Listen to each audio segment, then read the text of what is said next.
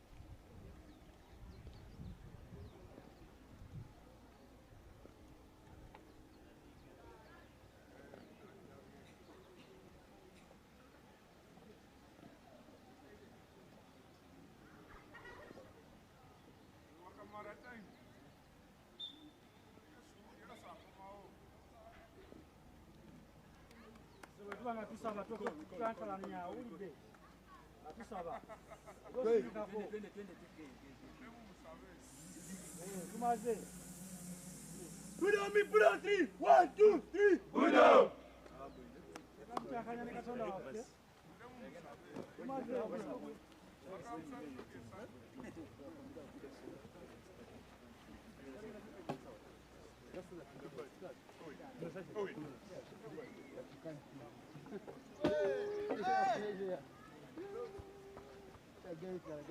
Let's put down the window.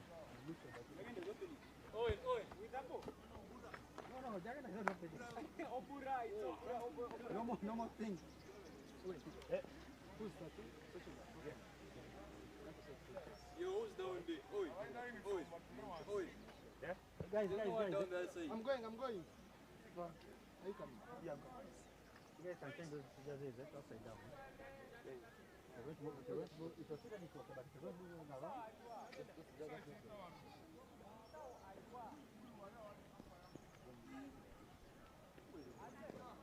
Good. Just like this. Okay? Good actually.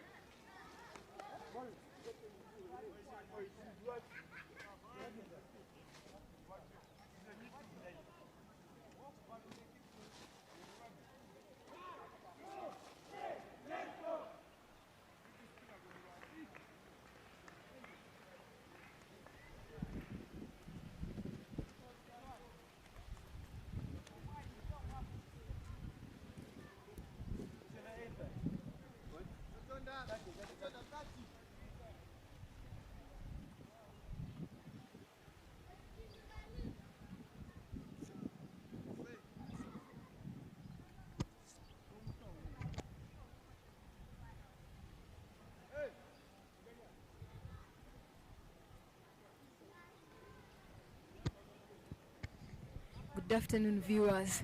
Welcome back from the lunch break. Here at the Nyakasura grounds in Fort Portal, enjoying the hot and cool breeze, is King's College BUDO up against St. Joseph College LAYIBI, and we are informed that King's College BUDO is in the 8th position. If they manage to take this win this afternoon, they are going to be securing themselves their first win, and St. Joseph College LAYIBI is in the 6th position. If they manage to win this afternoon, they are going to get their second win from this afternoon game. And here in the commentary box is Betty Kopsinga again with Fortunate Aljuna.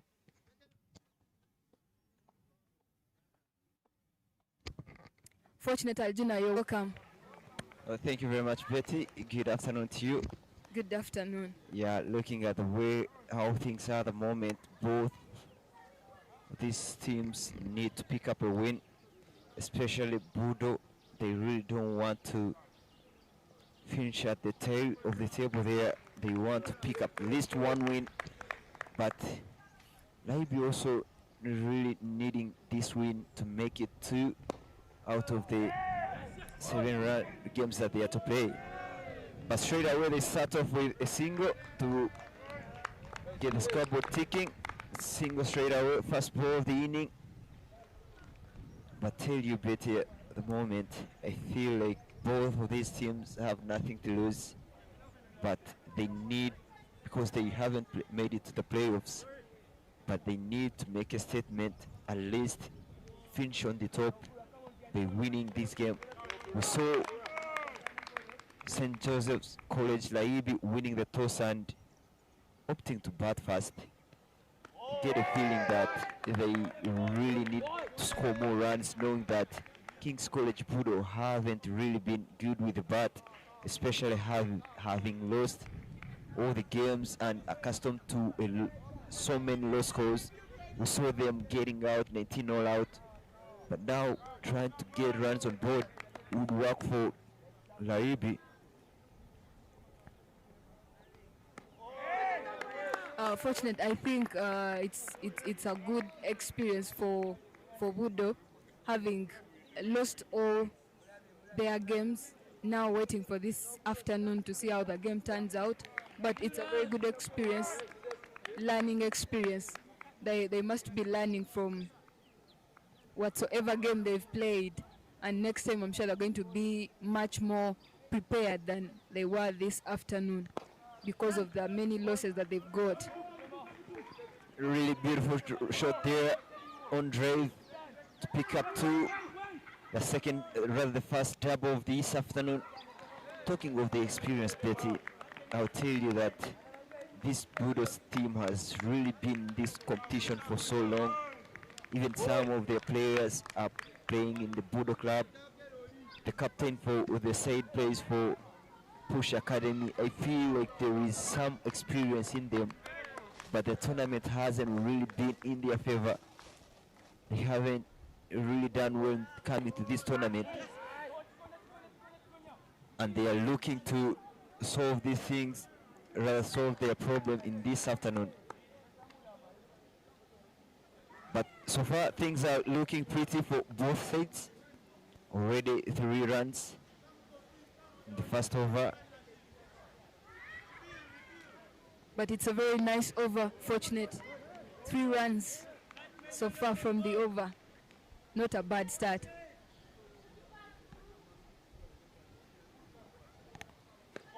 Yeah, much better delivery there with an over, bowling it full, trying to get to challenge the outside edge there. But with that dot, brings up the end of the first over. And the score is 3 for no loss.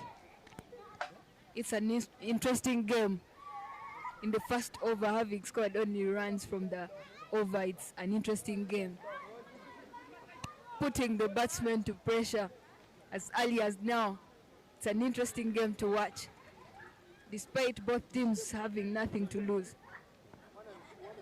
So much action is taking place here in Fopoto in the three grounds from Kanonapolo, Nyakasura and St. Louis College, Kegove, making sure that the group games come to an end this afternoon.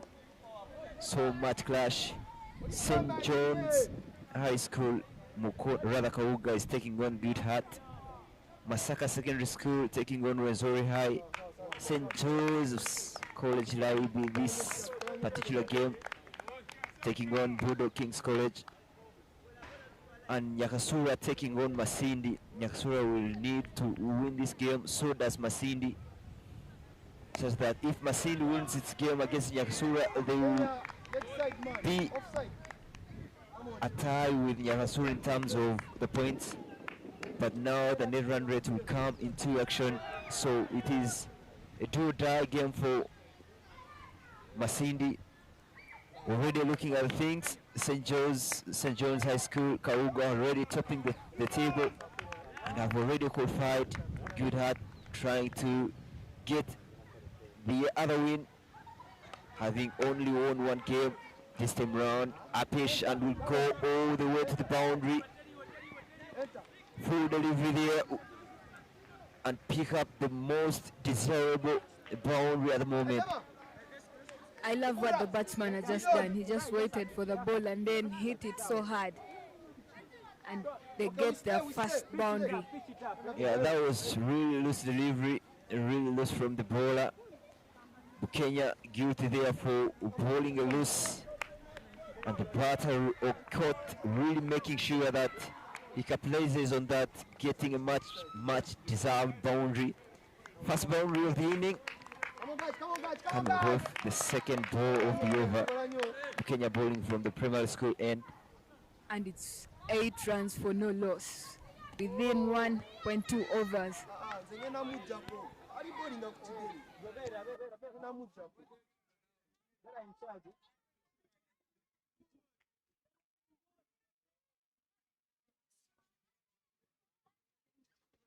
Take charge. Top guy, they don't go.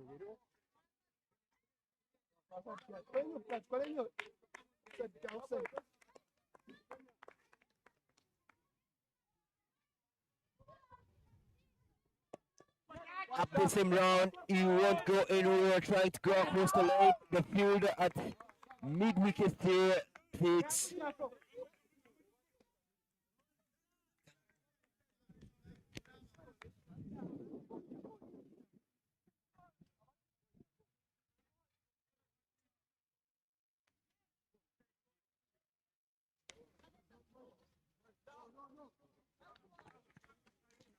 First wicket falls for St. Joseph's College Laibi. And that is the bowler Kenya who picks much deserved wicket. Gets a breakthrough to make sure that King's College BUDO takes the early inroads into the game, picking the first wicket for only 9 runs.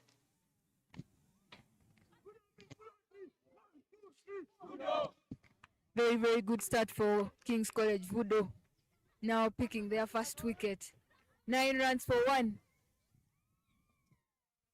in 1.3 overs. Yeah, really good start for King's College BUDO.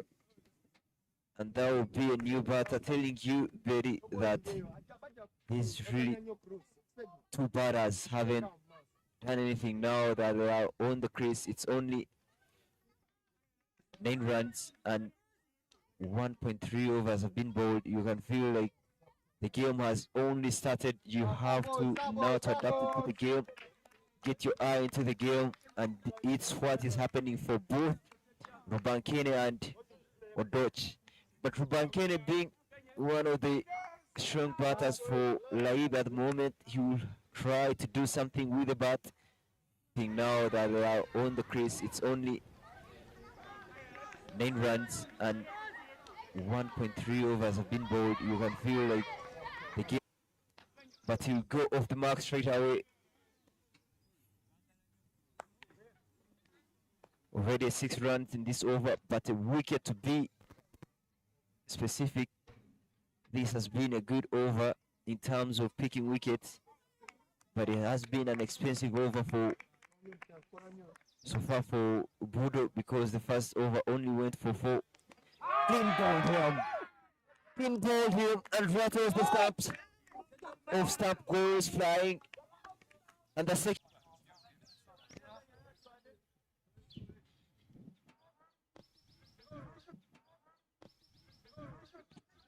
So looking at things, how they have unfolded so far, things don't really look cool for St. Joseph's College LAYIBI.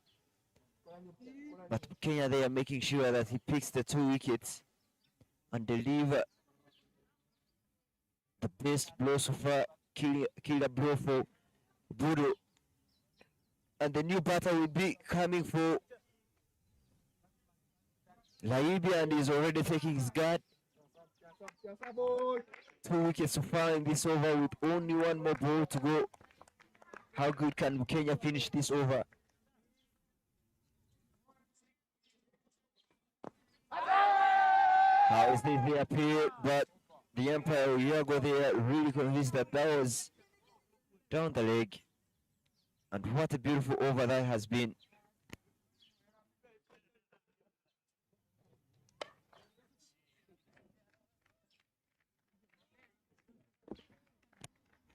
Ten runs for 2 after 2. Really good stuff here for King's College BUDO. But Kenya here has really bowled in a much needed over, picking up 2 wickets, making sure that the batting lineup there for LAYIBI is kept in check, picking the 2 crucial wickets in the power play.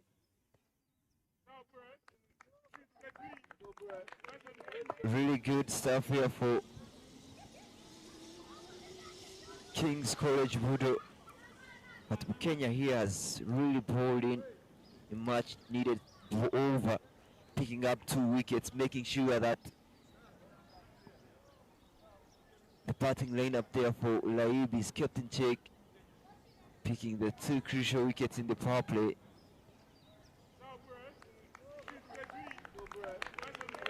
Ten runs for 2 in 2 overs. Literally, they're moving at 5 runs per over.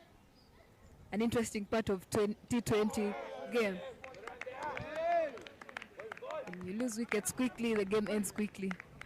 Not like 50 over where you have 50 overs to play. King's College BUDO.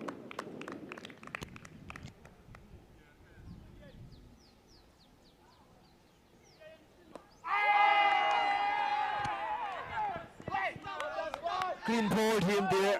Really good, beautiful bowling there from King's College. BUDO picking up the third wicket in only 2.3 overs. But the bowler, Obura Elvis, making sure that he doesn't really seize the pressure of the opponents, making sure that he keeps picking the wickets, continuing from where Bukenya Joel stopped at. Aliga Alfred will have to depart for only a duck, having faced 2 balls and not contributing to the scorecard for his team LAYIBI. Sure, KB, I tell you, at the moment, things are really bad for St. Joseph's College LAYIBI, given that they need to do something with the bad moment, try to build a partnership which is much needed now. One thing that they wouldn't love is to lose another wicket. Rubankene there needs to take charge, given that he is the most experienced. He needs to take charge and lead with the bat, try to make sure that they see at least 8 overs without losing any other wicket. St. Joseph College LAYIBI really needs some batsmen that are going to, stand out for the team and build a partnership that is so strong, which cannot be easily destroyed for them, because now it's 11 runs for 3 within 2.3 overs.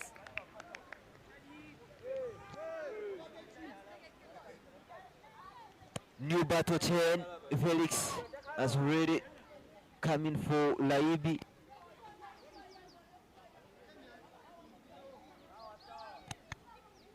Already a good start here for BUDO, picking the 3 wickets with 2 more balls to go for Elvis. Tries in to go for this time round, chance of a run out, and they will scamper through for A1. Really quick running between the wickets here. I tell you, these 2 lads are really tall. They can easily gallop through for singles, taking long strides. It wouldn't be so much of a difficult for them. 1 more ball to go to finish the over.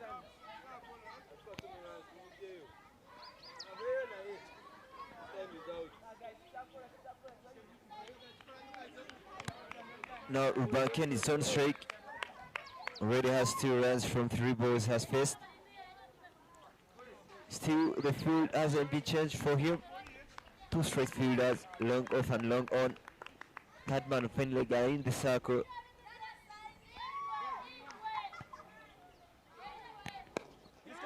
Beautiful on drive there, really beautiful. He'll get one, but beautiful piece of fielding there for the mid-wicket fielder, making sure that he stops the ball from going for more than 1 run.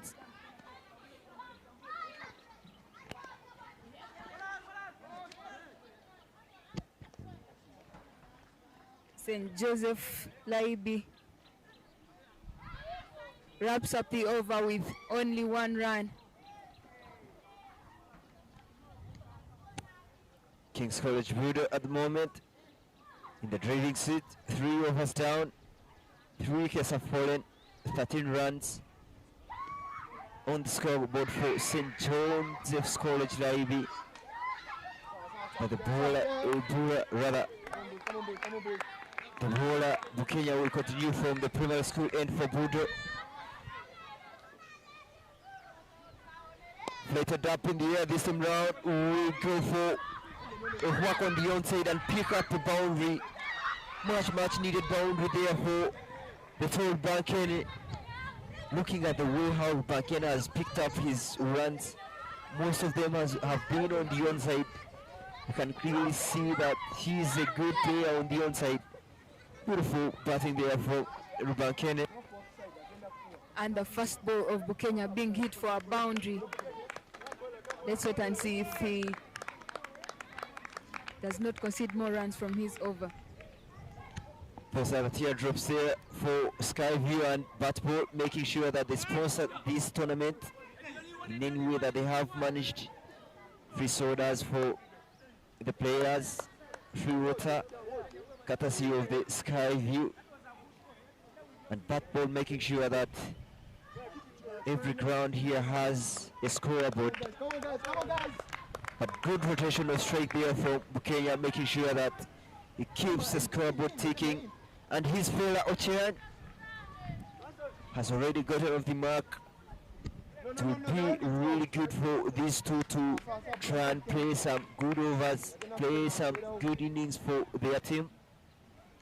And it is 18 runs for 3 within 3.2 overs here at the Nyakasura grounds. The game of St. Joseph College LAYIBI versus King's College BUDO. St. Joseph's College LAYIBI winning the toss and opting to have a bat. They haven't really started off on the front foot. 3 wickets have really fallen in a short time. They will try to recover from that blow. That is Rubankena and his fella. He tries to go on the onside, gets a bat on it, and that will be a bye. Oh, poor throw, poor backup. We feel that BUDO has cost itself one more run. Courtesy of poor fielding from the bowler and the cover fielder. You would have done better. 2 runs from the ball. That would be 2 byes indicated by the umpire. Morale, guys, settle on there, morale. Come on, boys. Looking at the dot balls that have been bowled in this inning so far. 10 dot balls driven on the up there with hard hands, but it won't go past the cover fielder. One good technique from Bankene there, presenting his full force of the bat, making sure that he leans into the shot, but unlike for him, he doesn't get away with that. 2 boundary raiders on the offside, deep extra covers and long off.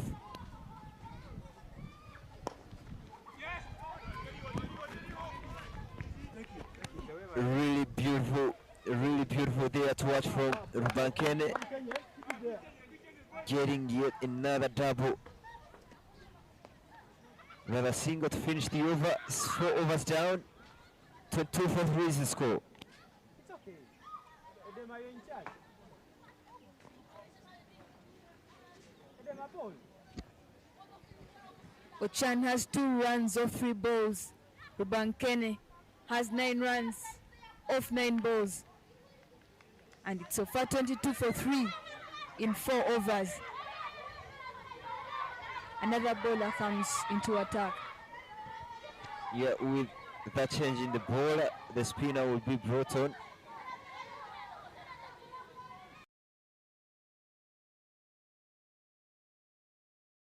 Succumb to, given these 2 batters are trying to be steady at the wicket. Already Rubankene has proven to have gotten his eye in. They will try and pick up this wicket.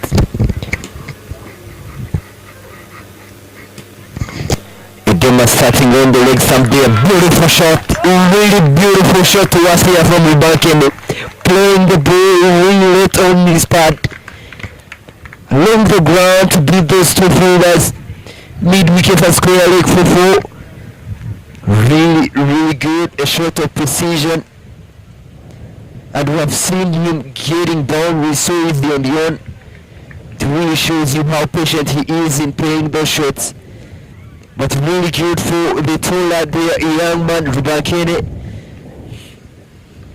Not a very good start for Edmas.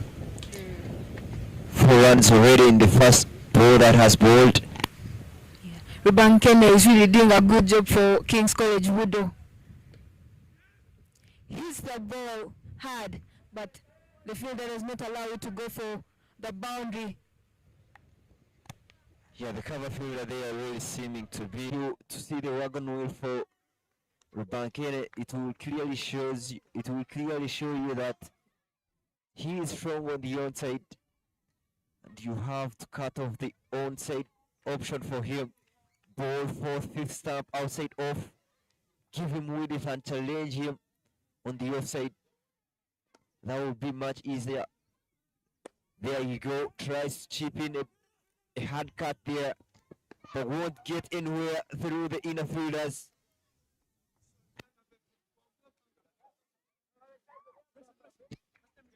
Quick running between the wickets between these two lads. Sneaking, rather stealing that one run. A really good shot there from Rubankene. Rubankene is doing a very great job for King's College BUDO. He's just playing cricket. He's waiting for the ball and then hitting it. He's watching the ball. 17 runs off 13 balls. And Ochan has 3 runs off 4 balls. With only 1 ball left in the over, Edmas will really do something good for his team if he picks 1 wicket. But it wouldn't be so easy given that Ochan is presenting his full face of the bat, not going across the lane. And this is one thing that we have seen with these two batters from LAYIBI, Ochan and Rubankene. They have really played with straight bats. That is the the difference between them and the 3 other batters that succumbed to BUDO's bowling. But with that dot ball, will bring up the end of the 5th over. It has 1 for 5. With this kind of partnership between Ochan and Rubankene, do you think their partnership is going to continue for some good time now in this game? Yeah, looking at how they have steadied up their ship, they haven't really been playing risky shots. I get a feeling that their partnership can go on for as long as they don't try to do anything out of the texts. They just need to keep playing like how they have been playing. Already talking about the partnership, 20 runs have been gotten between these two batters. So it's seeming to be a very lucrative partnership for St. Joseph's College LAYIBI. And Bukenya comes back into the attack from King's College BUDO. Bukenya already picking 2 wickets from 2.1 overs that has bowled. Oh, up in the air this time round. Oh, almost held onto the ball. Now it's really going to be a screamer. I can't believe my words here, KB. Given that the fielder there being a heavy lad at points, but putting in a fly and dive there. Stopping the ball for only 1 run. It would have really been a catch of the tournament for me had he held on to that ball. Very good acrobatics there from Sentongo at point. Still good bowling from King's College BUDO there. Kenya is doing a good job.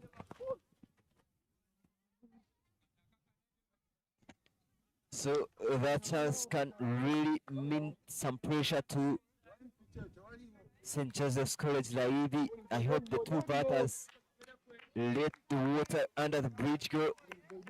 They don't really have to cling on that. It's already passed. Now Rubankene has, whether Ochan has to set himself into the game and just focus on the balls to come. A good spell here from Bukenya. But dropping Rubankene, don't you think it's a loophole to St. Joseph, to King's College BUDO? Yeah, it would have been a good catch, a much deserved catch there, given that Rubankene is really proving to be good with the bat and has really proven that he can get boundaries with ease. So putting him down will mean that he will go so many runs and they will have missed out on an opportunity that needed to be seized.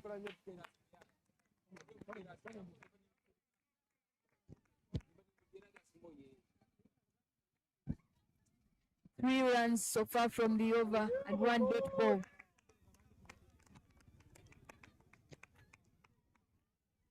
Very good ball to come back for Kenya, having given out an extra down the leg. I feel like Kenya has really been good with the ball, especially he has picked 2 wickets. So I get a feeling that he hasn't just finished picking wickets yet, but still has so more balls, especially almost missing the ball for a run, but good enough they didn't take the run.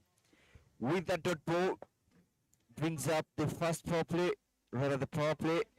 6 overs down, 35 for 3.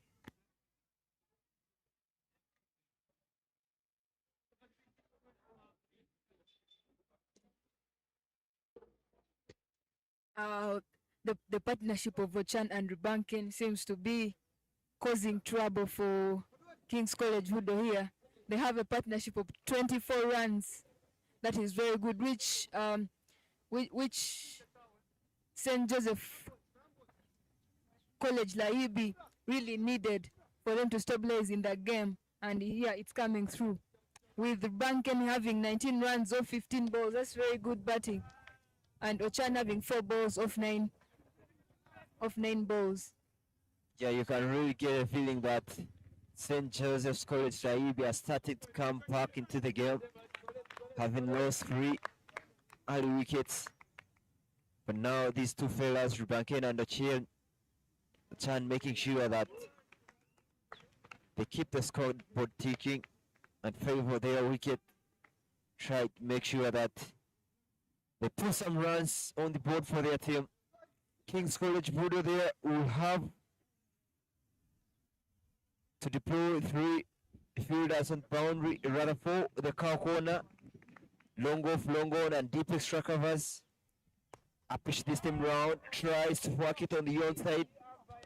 Not really going under the ball there. Full delivery has to be hit, but doesn't really get it anywhere out of this stadium. But 1 run start of the over, and it's Edema who is bowling from the staff quarter end. Edema already has bowled 1 over and only conceding 9 runs. You can feel that he still has so many balls, so many overs. 2.3 overs, rather 2.4 overs to go. He can still do something with the ball for his team. Given that BUDO really needs to win this match to get their first win of the tournament, having it being the last game that they have to play. So far it's moving at 6 runs per over, and we have 36 runs at a loss of 3 wickets in 6.2 overs. With Rubanken having 20 runs off 16 balls. Good batting from Rubanken. Tell you, he has really showed some class, some good technique of batting, especially the way how he has picked up boundaries on the offside. Presentation of full face of the bat. There he will go for a strong shot there down the ground.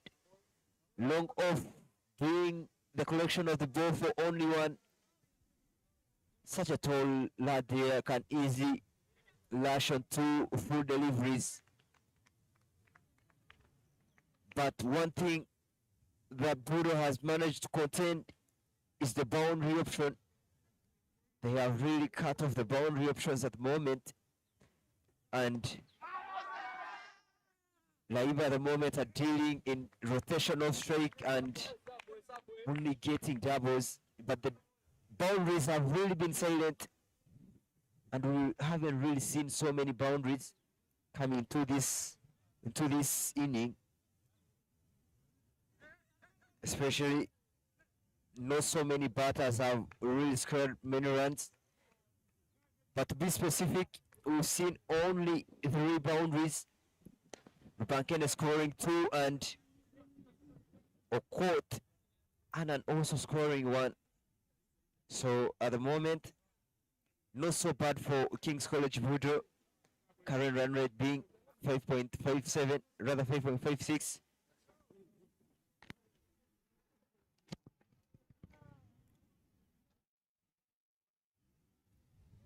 Edema wraps up his over, conceding only 1 run. And his over has really been a good one with 2 dot balls and only 4 runs, making it 39 for 3 in 7 overs. Fortunate, I've been having this question I wanted to ask you for so long now. What makes a batsman a good batsman? So many things really come into consideration, but one thing that so many international players consider good players to be to bounce back from their failures. A good batsman is the one who really bounces back from the failures. You don't consider achievements to rank one as a good batsman, but how good they bounce back from the failures. But again, coming to the cricket, one good batsman is considered to be good when he manages to play out the field placements, because you know field placements are there to mirror a batsman. So with the fielders in play, and you are being mirrored and challenged to do something out of the ordinary, and you manage to play out of the fielders controlling you, you can be really one of the good players. But as I earlier said, good batsmen are not really considered according to the achievement they've gotten, but on the way how they manage to come back after the failure. While explaining the point there for good batters, the wicket fell for LAYIBI.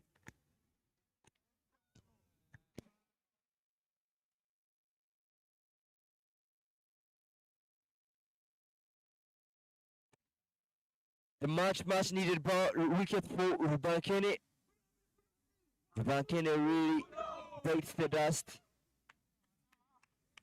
putting in only 21 runs of 17 balls. You can feel that Kenya has really done a good job for his team, picking up the much needed wicket for Kenya. 3 wickets he has picked in this game, only conceding 18 runs from 3.2 overs as bowled. And St. Joseph College LAYIBI loses their 4th wicket, 40 runs for 4 in 7.2 overs. A very important wicket for King's College BUDO to take here in this game, and a very good over for Bukenya. 1 run and a wicket. What an over. Yeah, Betty, coming back to your question, I have really been pondering about the question you asked. Many people consider good batsmen according to different things. One might consider good batsmen to be those who have achieved so many accolades, so many milestones.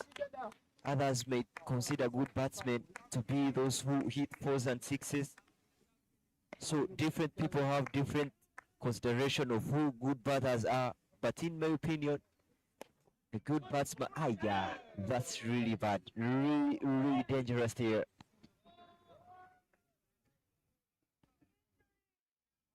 So bad, really bad. And even bounced here off the surface. The fielder going for the low barrier and the ball getting an extra bounce. Deviation off the surface and ending to his head. That was really bad. I hope he's okay. Medical team rushing in there to see that everything is in play. That the player is really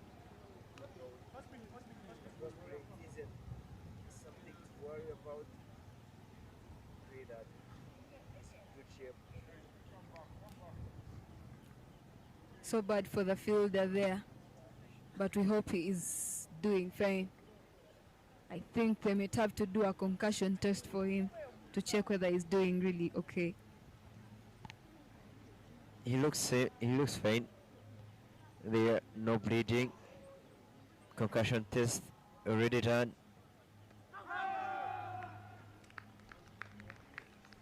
And the physio there making sure that the player is okay to continue playing.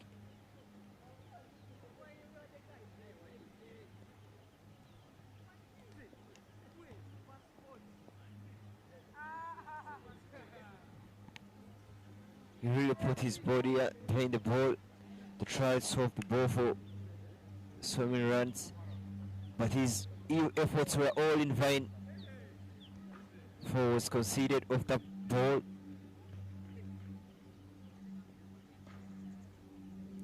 Already 5 runs from the over so far, with 2 more balls to go.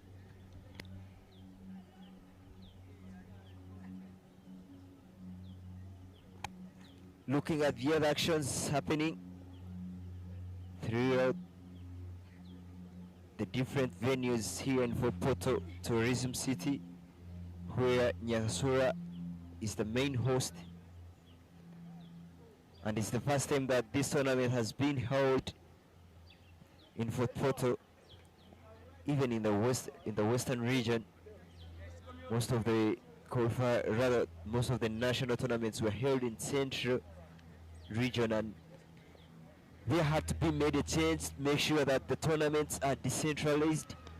We saw them going to being held to in the east the previous 3 years, where the tournaments were hosted in the east, and now there has been a change. The western region gets a taste of the nationals, and Nyakasura has been our host. Look at the other actions taking place at different venues. Nyakasura taking on Masindi SS. Intare versus Good High. St. Joseph's High School Kauga taking on Good Heart.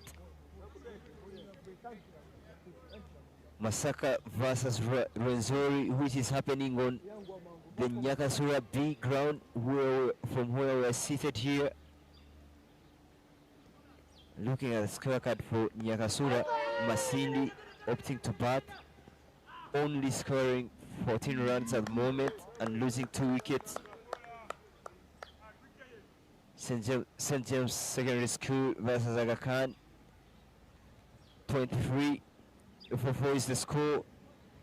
St. James batting, so many wickets have fallen in that game, but we shall be updating you on every action that is happening from different grounds.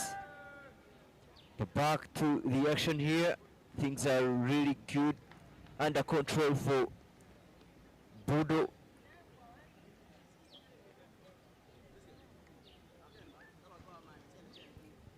"45 runs as a loss of 4 wickets in 7.5 overs.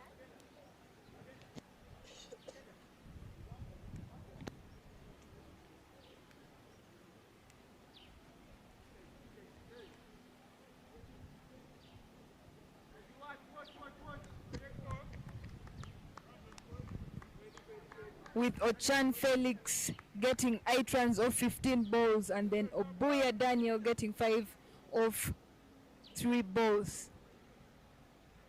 Looking to see if they can recover the partnership that Obanken had with Ochan. There will be a bowling change from the staff quarter end. The captain taking the charge, trying to do some damage for LAYIBI, making sure that he bowls with the short boundary, having 2 fielders on the onside, 3 on the onside. Sasa away straight away with a weight, not really good at the moment for the captain. You don't have to give out extras, as you always say.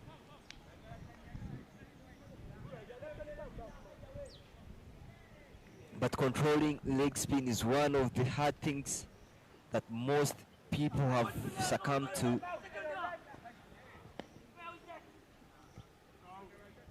The batsman manages to sweep a ball and picks up a single off that ball.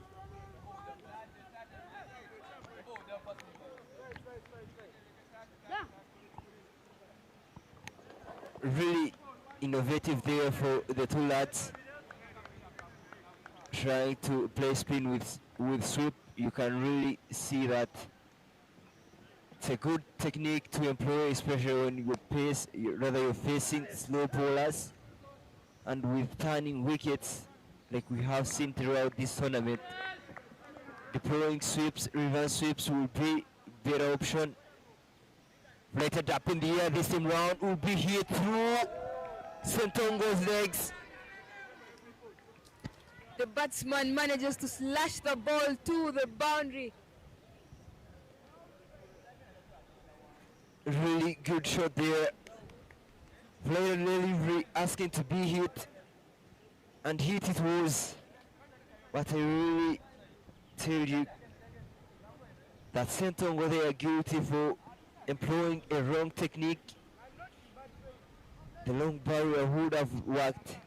He tries not to go behind the ball, and in the end he gets the ball through his legs. Much needed boundary there for St. Joseph's.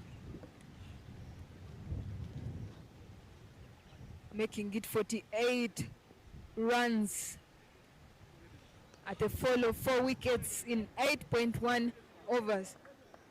They still have many overs to play, fortunate. The same round, hit down the ground, long off is in, quest of the ball, poor pick up at the start. 2 runs will be gotten off that. You can see the captain there not really happy. It was a really bad pick up there. You would have done better to only restrict the ball for 1. Uppish this time round, still will challenge the long off fielder, but this time round he picks it up nicely and puts in a good throw to the bowler. Making it 53 runs at a fall of 4 wickets in 8.3 overs.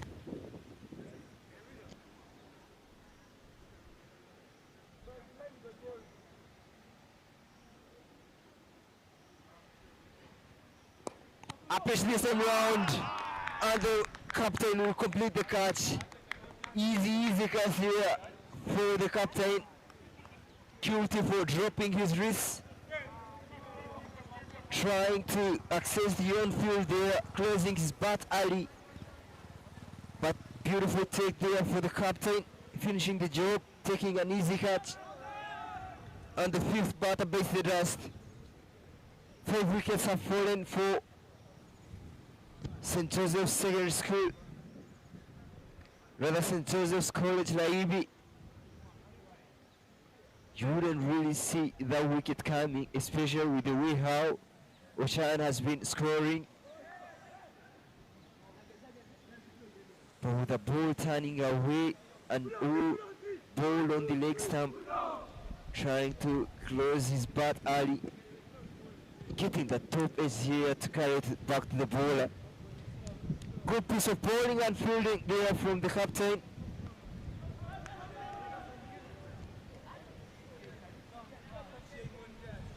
$55 is the score.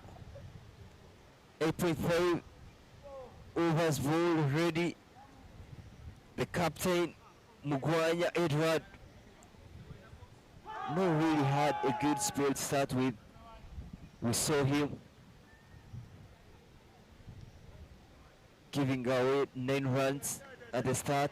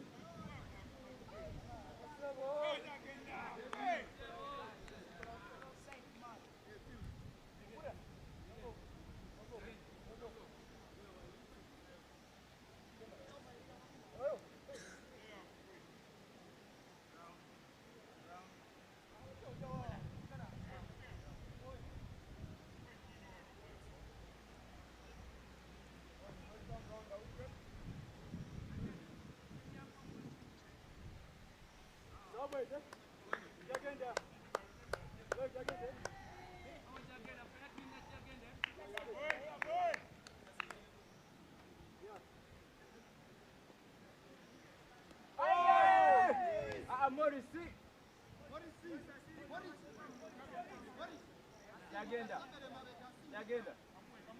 Awo.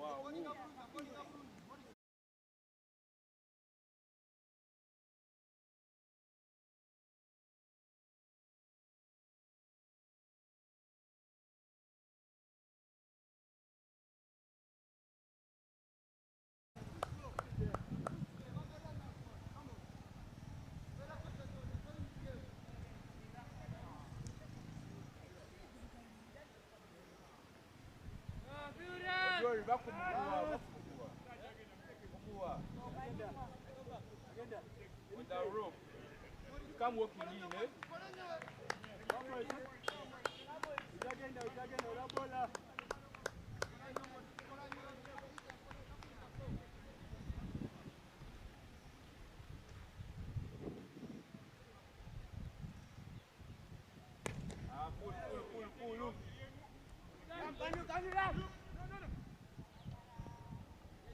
Pull. Too full, eh? Are you full? Take a walk.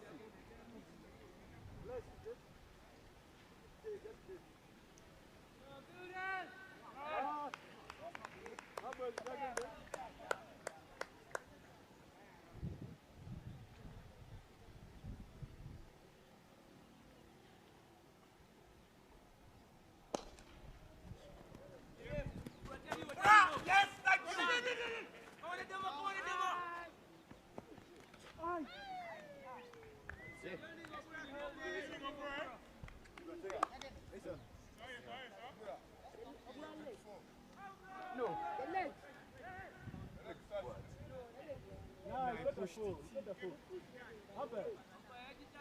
It's not a foul. Failure. This way here.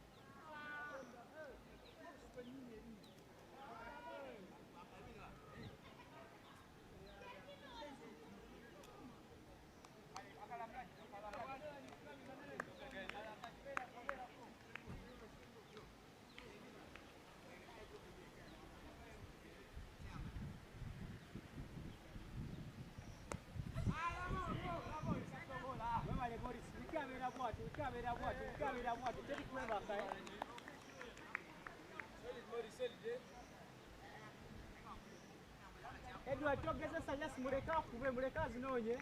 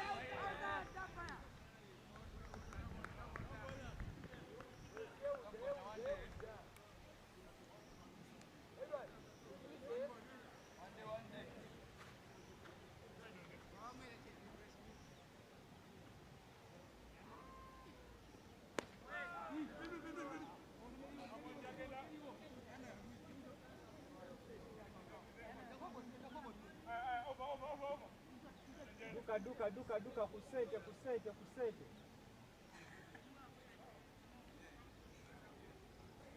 Ani aliwan.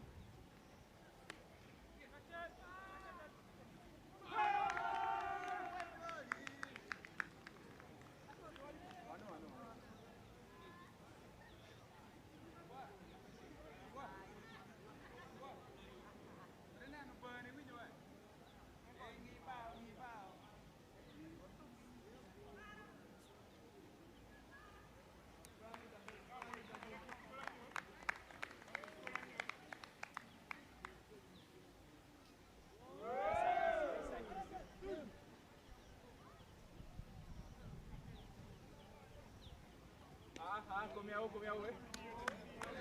Manila inyo. Same thing, eh? Video.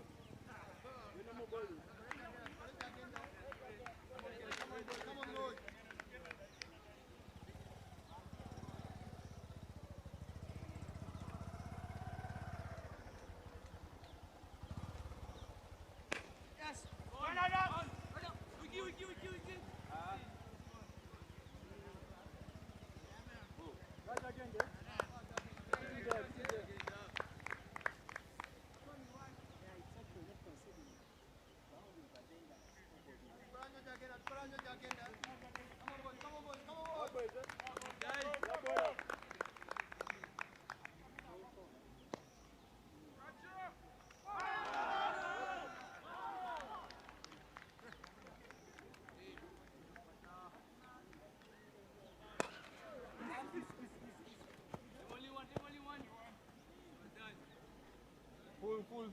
Full, carry full.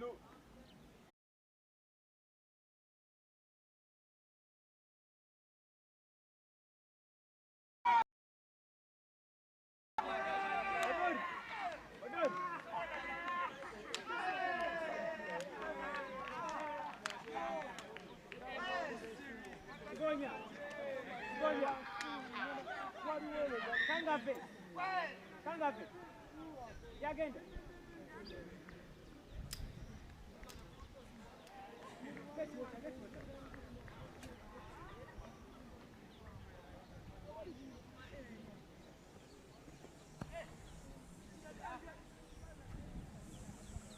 Put on three. 1, 2, 3. BUDO!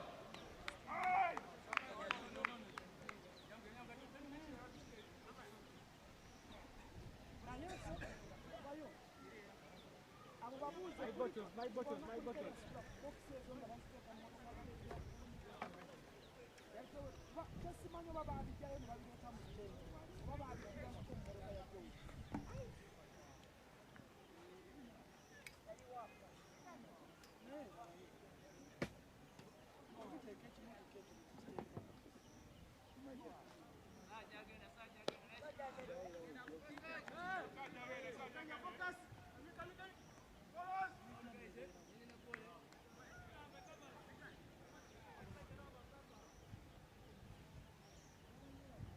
Wow, yeah, TJ.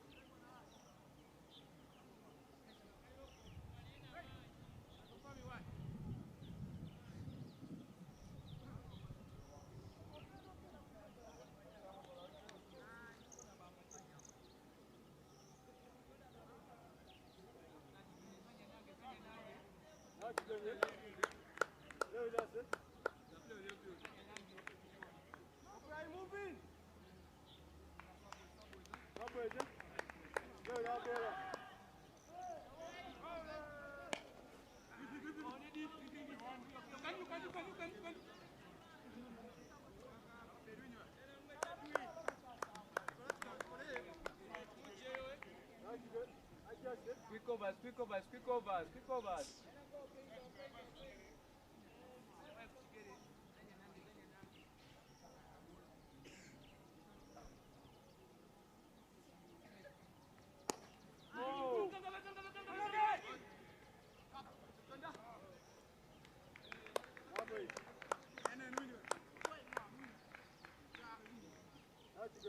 Anytime.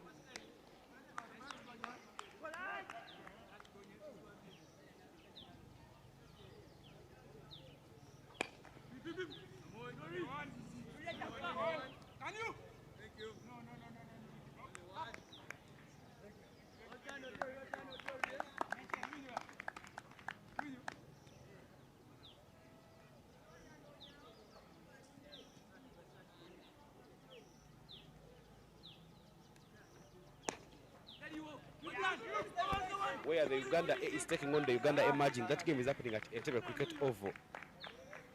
The Uganda Emerging won the toss and adopted ball first, and the score is 70-3. The batters there, Simon Sessas, 41 off 28, still finding his groove. Played for the Cricket Cranes in the recent times. But getting back to the game here, St. Joseph's College Lady getting some runs there down the ground. They are knocking the ball around and making sure that they score some runs to put themselves to a place where they could maybe pick up a victory. We are into the 14th over of the game, and Kigonya George is the bowler there who is taking on proceedings for King's College BUDO at the moment. You know what, Ivan? It's really good to see Uganda pushing this sport. There's so much cricket going on in Uganda at the moment. Schools Week and Emerging and Uganda A. That's so much cricket here. I wish they can keep pushing the game for it to reach very far. I think the turning moment was the fact that Uganda managed to play in that 30-20 World Cup last year. It's really changed the landscape of everything. But we'll talk about what's happening domestically, but I would love to tell you that the Victoria Pearls, the senior women's team of Uganda, has touched down in Windhoek, Namibia earlier on this morning, where they will be taking place in that ICC Women's T20 Africa qualifier. 2 teams from that qualifier will make it to the Globals. So really the association is doing whatever it takes to make sure that these athletes get time to participate in these games. And also there is a training camp which is happening in Jinja for the under-19 girls. Remember the under-19 girls in 2 attempts in 2022 in Botswana and in another attempt last year in Rwanda. They have not made it to the under-19 World Cup.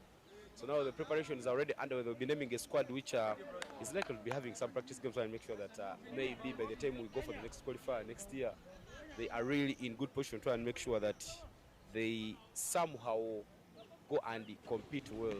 But it's really a good thing. There's a gentleman who came from South Africa, but he's called Edward Koza. He was in Uganda during that high-performance conference which was held about 1 week ago. But in his words, he said that development and the number of games played are like that person in Formula 1 who changes the tire of the Formula 1 car in about 2 seconds.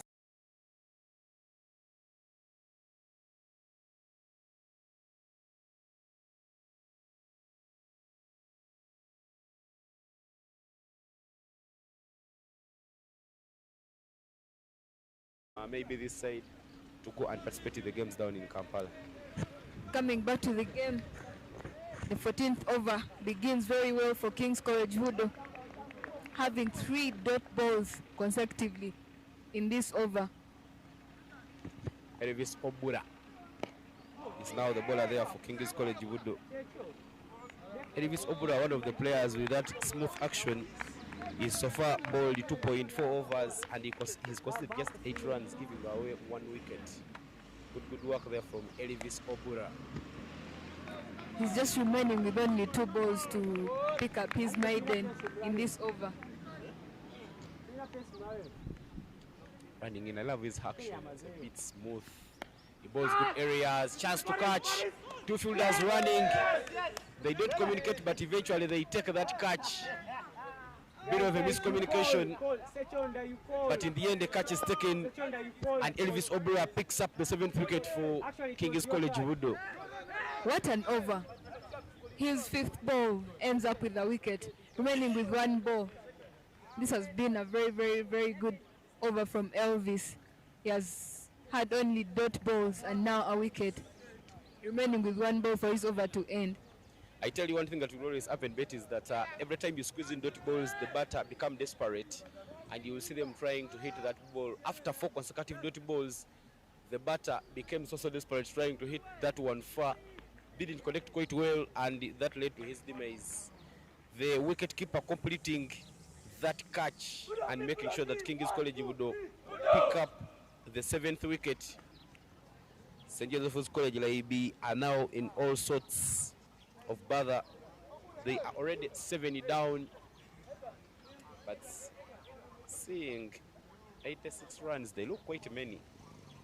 And I tell you, winning and losing are both habits. Currently, King's College BUDO is in the losing mode. Not sure if they could quickly resurrect in this game. It takes a lot to pick up yourself and make sure that you play well every time you're on that losing streak. Well, it's an interesting game, and it being cricket, so you never know what will happen in the next inning. So it's very possible for them to chase down the runs that have been set for them, and also it will depend on how their opponents will be playing for them to be able to manage to chase down these runs. Yeah, that's a dot ball there from Obra Elvis, and that completes his maiden wicket there for Obra Elvis, so and make sure that he keeps things at bay there for King's College BUDO. And 86 for 7 is now the score after 15 overs. Well, this is the UCA annual Boys Skyview Schools Cricket Week tournament happening here in Fort Portal City for the very first time. The tournament coming to the western part of Uganda. But this tournament is proudly sponsored by Harris International under their product of Skyview. Skyview comes in brands like Skyview Fruity, Skyview Citrus, Skyview Apple, and Skyview Orange. So make sure that you support Harris International, because when you support Harris, you keep them in business, and we are also in business. But Batball Uganda Limited also coming here, Betty, and saying that let's have scoreboards on every ground to make sure that the batters who are playing are informed on what is happening. Good partners there for Uganda Cricket Association. Uganda Cricket Association, who are running Cricket Uganda, also putting resources together, and Nyakasura being our hosts in this year's edition of the UCA Skyview Cricket Week tournament. I tell you, you have to make sure that you subscribe to the Uganda Cricket Association YouTube channel. Many games will be live streamed to you, but tomorrow we'll have the curtains of this tournament fall. We'll have the finals and semi-finals happening in the morning earlier on, so make sure that you turn your notifications on to make sure that you don't miss this action. We will be coming and telling you the beautiful stories of what will unfold here in Fort Portal City tomorrow as the tournament reaches its climax. The bowler there who's coming to bowl the 16th over of the game is Kangave Aaron, bowling his very first over. The new batter who came in was Oketayot Aaron, finding Ayala Elvis at the crease. Single there taken. Another half tracker dabbed down to point, but no run taken.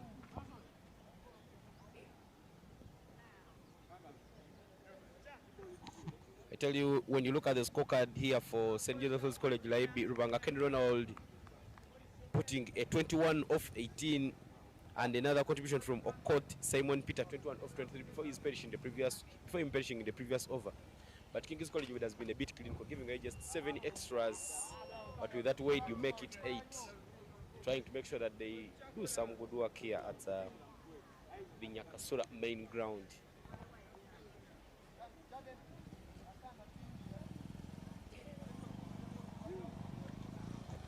The Kings still looking for the first victory in this tournament.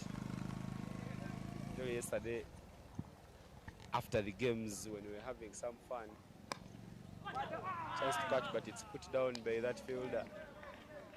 should it be Chigonya George, who doesn't quite get hold onto that opportunity. The only teams that have not yet picked up a victory in this tournament, Betty, are Renzori and King's College BUDO. If King's College BUDO loses that one, I think they should organize for them a friendly match with the Renzori, because they're in different groups to play themselves and see who is the worst among the worst. A loser's game for them. That's up, but not coach. But Renzori, you would feel it for them. Renzori coming into this tournament for their very first time. It's the first time they came for this nationals tournament, so not so many points there for them. But King's College BUDO, really expectations had to be high for them, and also coming from the central region. You know, when you're from Kampala, there is a type of expectations that comes with that. So really, you would feel that they have not had a very good campaign this year.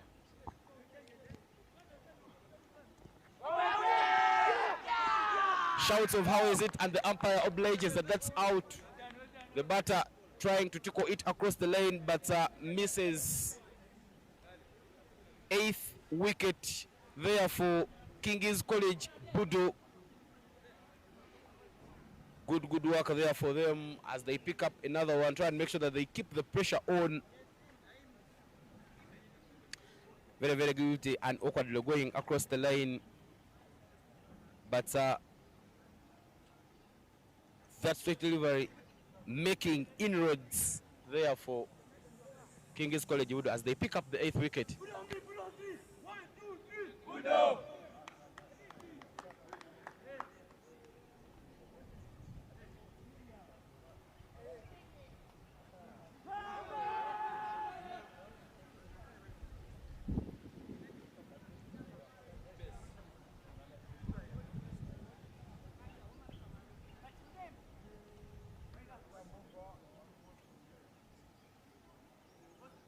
King's College BUDO, they've won this trophy 2 times.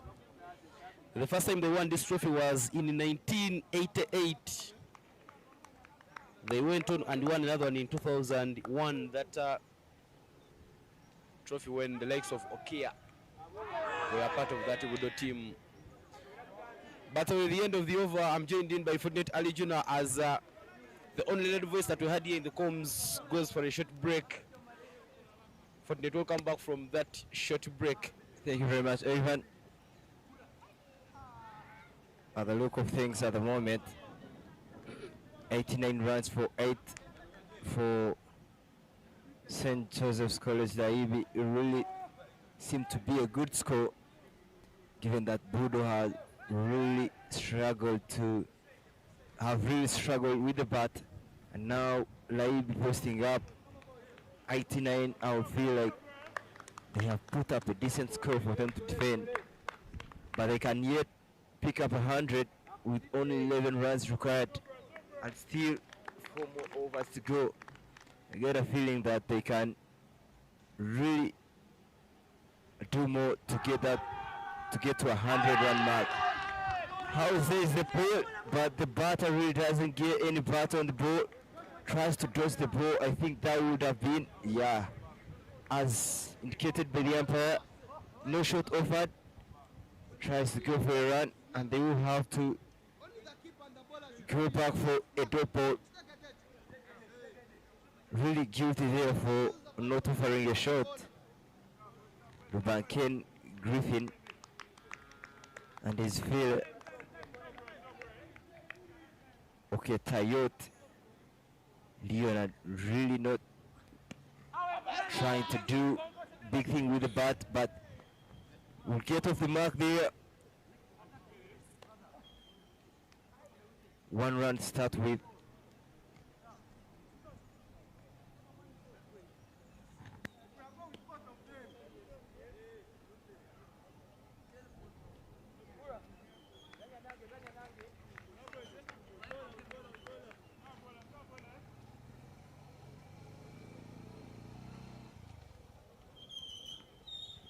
Oh, squared him up there, really squared.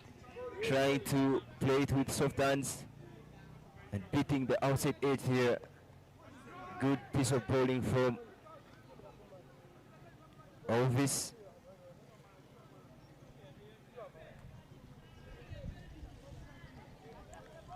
Elvis bowling 3.1 overs and picking 2 wickets for only 8 runs. You could feel like he has done a good job. Yeah, Elvis Obra has been very, very decent there for King's College. We'll try and make sure that he keeps them in things. Elvis Obra is one of those players who really play with a lot of passion. I tell you, if there is someone who plays for King's College BUDO with a lot of love, it's Elvis Obra. Not a man of so many words. I tell you, I've tried to interact with him, but you don't get many from him. But he's doing a lot of decent work to try and make sure that he keeps King's College BUDO in things here. I have been close and watching Aronda. For me, he appears to be one of the passionate lads, given that he looks cash on the field, but the passion he gives to the game, we saw how good he put in some dives flying off the surface. It appears to me he's so passionate, even positioning himself there in silly position there. It's not so easy to put off, especially take someone bold.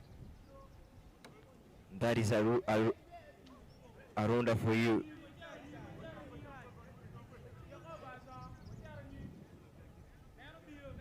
So many drop balls at the moment. 9 extras have been bowled in this inning so far. Not so many compared to how other teams have been bowling. Up in the air and tries to put in a dive. Half chance there, dropped. Arunda.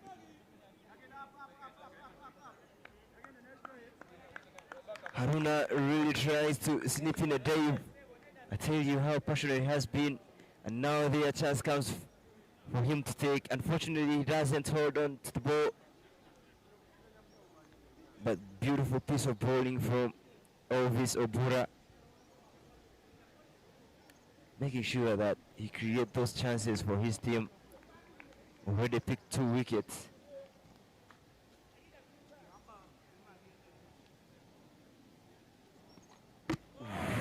Beauty this time round.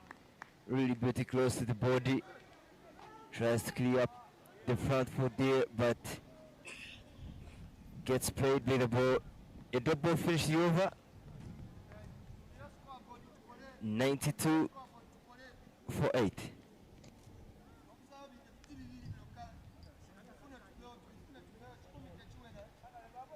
Just 3 overs remaining to complete the first innings of this game. Projected score 110 runs. I tell you, 110 is decent looking at the way King's College would have been batting in this tournament.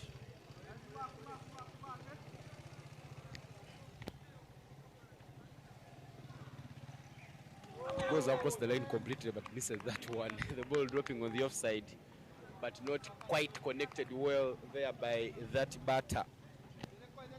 Really good for Aaron, coming from the primary school end, pulling it wide off stump. Tries to go for an easy drop. Good use of the wrist there to play it back of the square to look up. Oh, run out and he's taken it. Run out completed there. The 9th wicket falls. You could feel that there was a chance of a run out and a sense of a run out between these two, given the fact that they were too hesitant into communicating. And the 9th wicket falls for only 93 runs. A run out means quickly giving out your wicket. St. Joseph's College LAYIBI giving away their wicket on that occasion, as another wicket there falls for them. King's College BUDO is just 1 wicket shy of completing the first innings of this game. I tell you, they'll need to pick up this wicket to make sure that they complete the innings, come and give it a chase, and then we see what happens. Could it be the time for them to pick up a victory?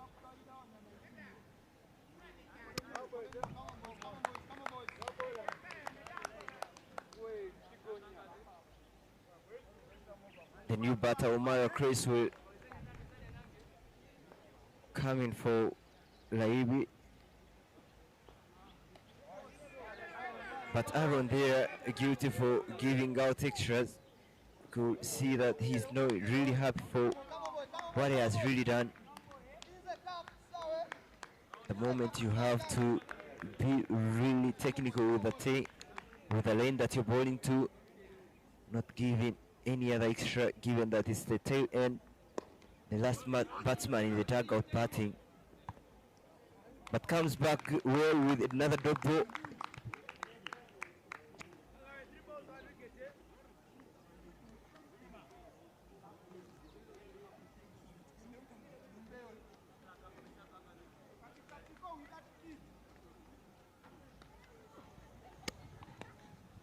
Much better delivery there from Aaron, making sure that he bowls it away from the right-hander.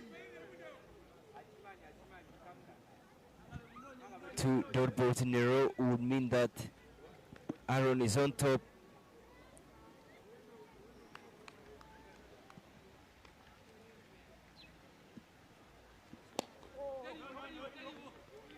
Aaron, they are really trying to attack the stumps, but the new batter just pushing it away to mid-wickets and not really in need of taking a run.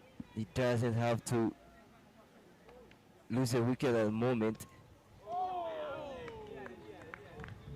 But Aaron making sure that he keeps challenging the outside edge. Dot ball to finish the over.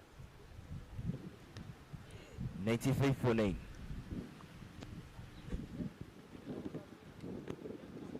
Now we get down to the last 2 overs to complete the first innings of this game. King's College Budo still searching for that wicket to make sure that they put the first innings to bed.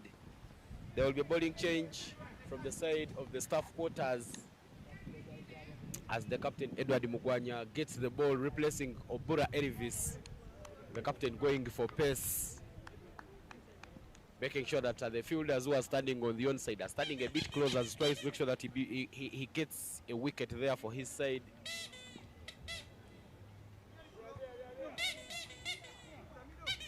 I tell you what King's College would need to do at this moment in the game: pick up that wicket very, very quickly. Then you come and chase down the total, pick up a victory, at least go back home with pride. I tell you, traveling over 300 kilometers from that hill and going back with nothing to show is not really a very good sign. The OBs, King's College, would a bit furious. That is Clyde with it on the offer, past the onside, and it runs away for a boundary. Beautiful show there. Just making sure that he really throws everything after the ball, given that there is width on it, and picks up a much needed boundary. Boundaries at the over would give you a sense that this could turn out to be a much better over for LAYIBI. Very full and wide, and that wide will bring up 100 runs for St. Joseph's College LAYIBI. I tell you, those runs might end up becoming the difference at the end of the innings. King's College Budo needs to bring up their A game. Edward needs to try and make sure that he bowls the good areas at this time. Mugwanya really being expensive in the first early overs, picking up only 1 wicket. You can feel like he now changes from bowling spin to bowling pace, given that he's bowling into the last end of the game, the 18th over. You feel like you really need to do much, and spin wouldn't be so effective, and the captain trying to bowl pace. One of the talented lads, he can bowl pace and again bowl spin. This time uppish from the batter. Aruna there, straight short covers, making sure that any half chances will fly all the way to his hands.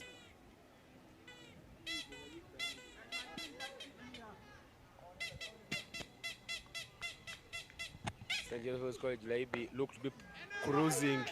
That one is pulled away on the quick side, but there is a fielder. Good work there from the fielder. And only 2 runs are taken by those 2 batters. Not such a great shot there from Bankene, just trying to use the pace on the ball and extending his arms just to work it on the onside. And these runs at the tail end could mean a thing, and that would be a no ball from the umpire. The captain Edward guilty for trying so many things, trying to bowl a slower back of the hand here. You can see him trying to show his teammates that this is what he was trying to do. Couldn't get control of that and ends up bowling a no ball. One more extra for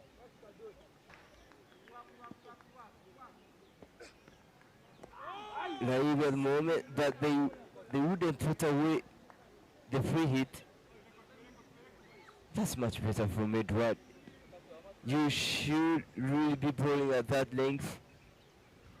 You have seen that the batters can't do anything to put that one off. Penultimate over, almost over with only 1 ball to go. Oh, that would be another wide. You have to bowl 1 more ball. 103 is the score, and LAYIBI have gone past the 100-run mark. Such a big score, I will tell you, given that BUDO have really been struggling. I tell you, reaching to a 100-run mark would mean a fortune for LAYIBI, but the captain, even after changing the sides, trying to bowl from right arm round, still hasn't solved that problem of wide balls. Puts in another wide ball down the leg, and is only 1 more ball shy from finishing his spell.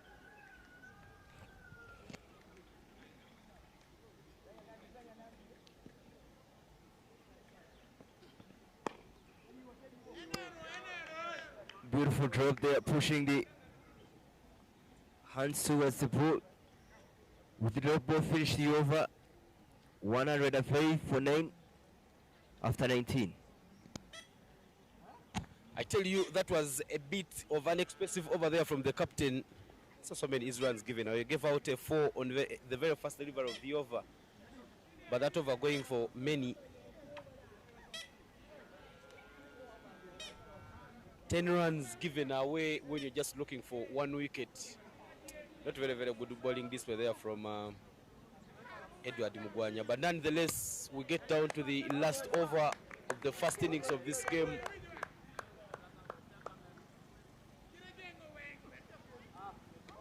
Wide.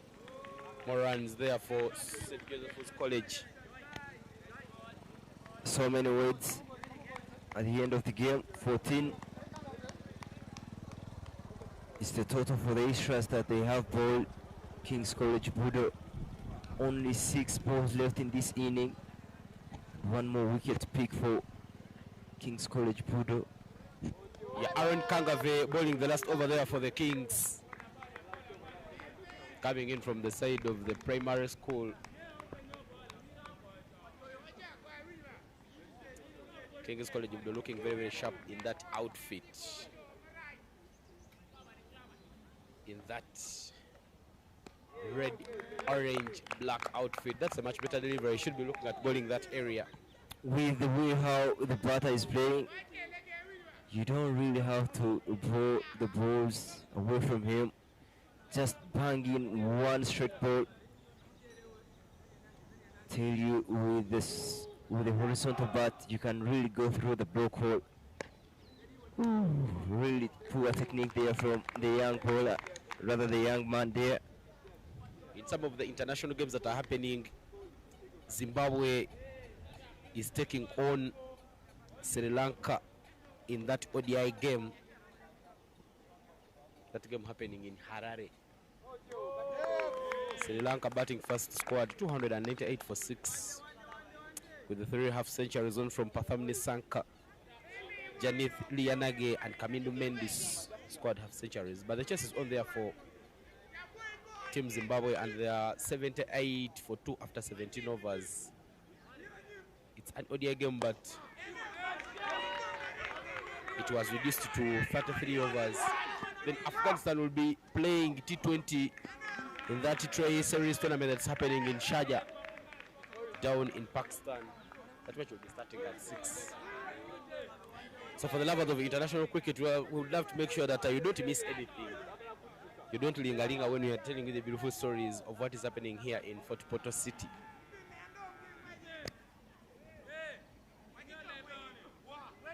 This time round, straight, trying to go for any run that they can get. Really good awareness from these two batters, Rubankin Griffin and Omar Chris, making sure that they put up a good total of 108, another 109 from all the 20 overs.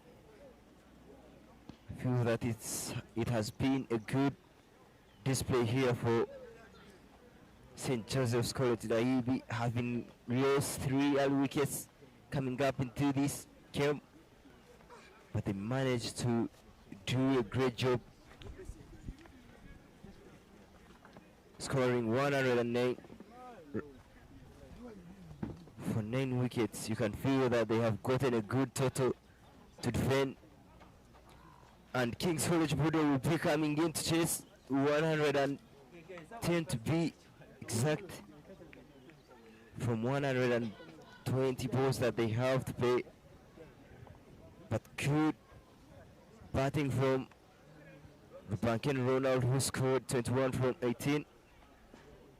Okoth Simon Peter scoring 21 from 23.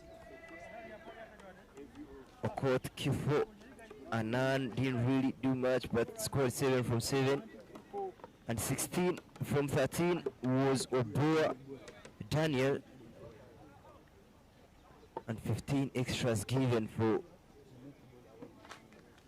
BUDO. You can feel that brought the total to 109. But good bowling figures there for Kenya. Bukenya Joel scoring, picking up 3 and economy of 6, and 2 wickets for Elvis.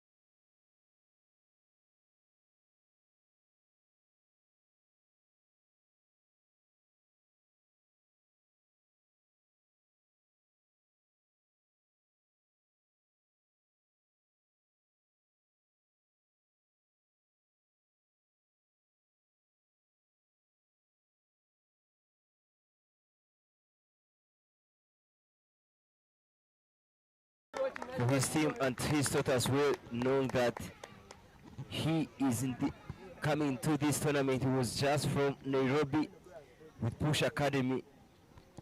Now he really needs to put up his A game to lead from the front for his team to pick up the first victory. I tell you, it takes a lot of confidence to open the batting, and him being one of the prime bowlers in the side, needs to try and make sure that I get King's College to a very, very good start. They had pick up something in this game this afternoon. Solid with his defensive shots there, not really being enticed with those juicy deliveries there. You can see the strike overs there trying to cut off that single, played back to the bowler, clean ball him. Trying to go across the lane, this time round, getting his leg stump uprooted.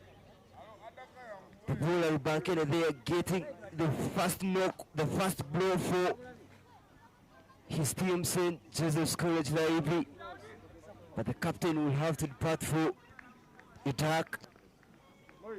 Yeah, the captain there departing without troubling the scorers. 110. Becoming a hurdle here for King's College BUDO. St. Joseph's College LAYIBI will be the happier side, picking up the very first wicket in the first over. Could mean a lot of pressure to the incoming batters. I really tell you, Evan, you could look at the way how the captain Edward started off with the proceedings, not really showing intent of trying to get runs, starting off with solid box there. The 3 balls started off with blocking, and then on the 4th ball trying to go across the lane, swinging for the heavens, but the wicket was very crucial for St. Joseph's College LAYIBI. 1 wicket for odds for none.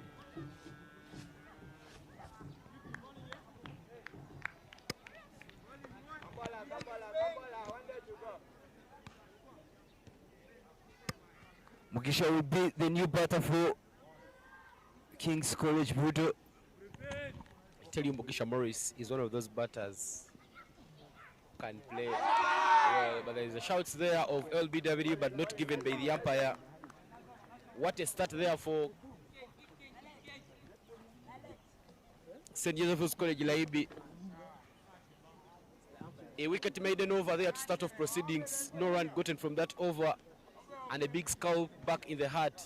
0 for 1 is where the Kings stand at the end of the first over.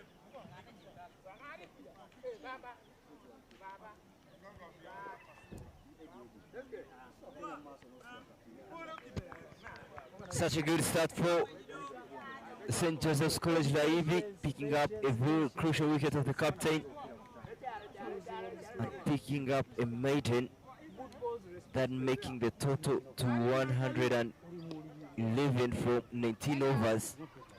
It has really reduced the overs to 19 overs for the original target, and the wickets to 9 wickets for the original target. You feel like that first over was really, really good for St. Joseph's College LAYIBI. But the new bowler, Ochan, will be coming from the primary school end. Such a good bowler, having a very long run up. Was selected for the Batball Max held in Kampala at the start of this year. Wow, wow, a really beautiful pace and bounce there. Really good bounce off the surface. You could see the tall wicket keeper even standing tall, putting glove. A good show there to stop that bouncer from going over his head. I tell you what, a delivery there to start off the over by Ochan Felix. Solid there. Chigonya George. He's shown you that he's in the game. not really scared of those bouncers. But looks like a nigga on his fingers there. He will try and make sure that he gets right back to play the game. Really, that is the length to bowl to, especially when you're bowling at that pace.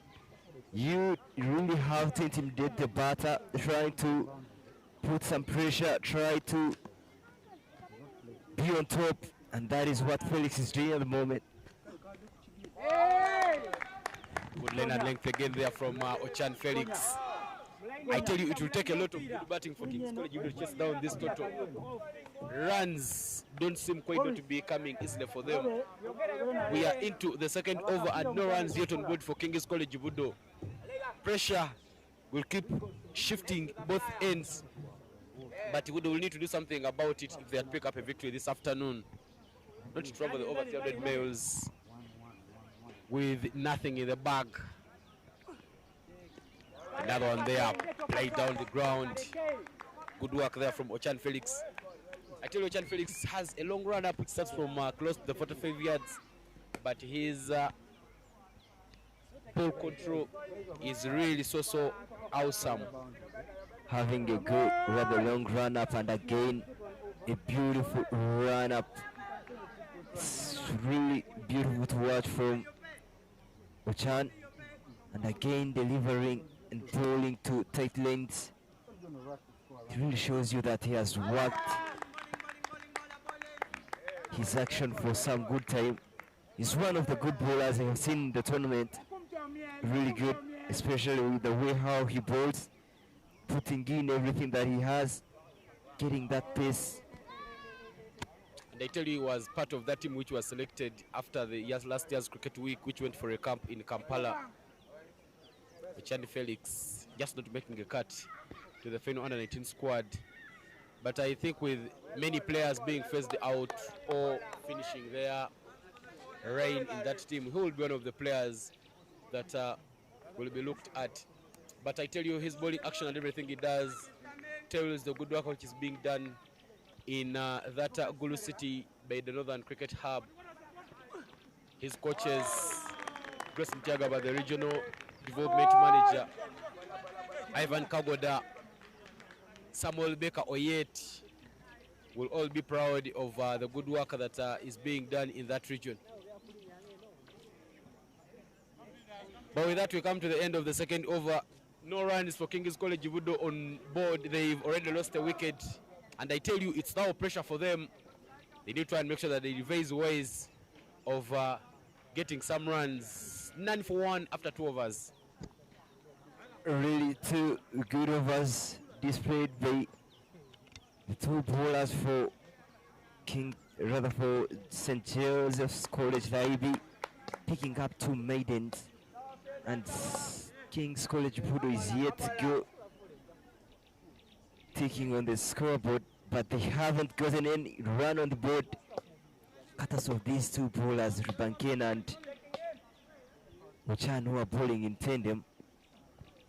Straight away, tries to go straight and full. But that will be a double start with. I tell you, there was some bit of an inside edge, but put down by the wicketkeeper, who rose up. Instead of keeping his hands down, he tried to stop it with the pads. But if that had carried on to his gloves, by now King's College BUDO would be 2 down. BUDO will need to find a way of scoring runs. Some bit of Woodin shouts of how is it? Catch is taken at point and slips. Sorry, that's not slips, it's the wicketkeeper who took the catch. And another wicket falls there for King's College BUDO.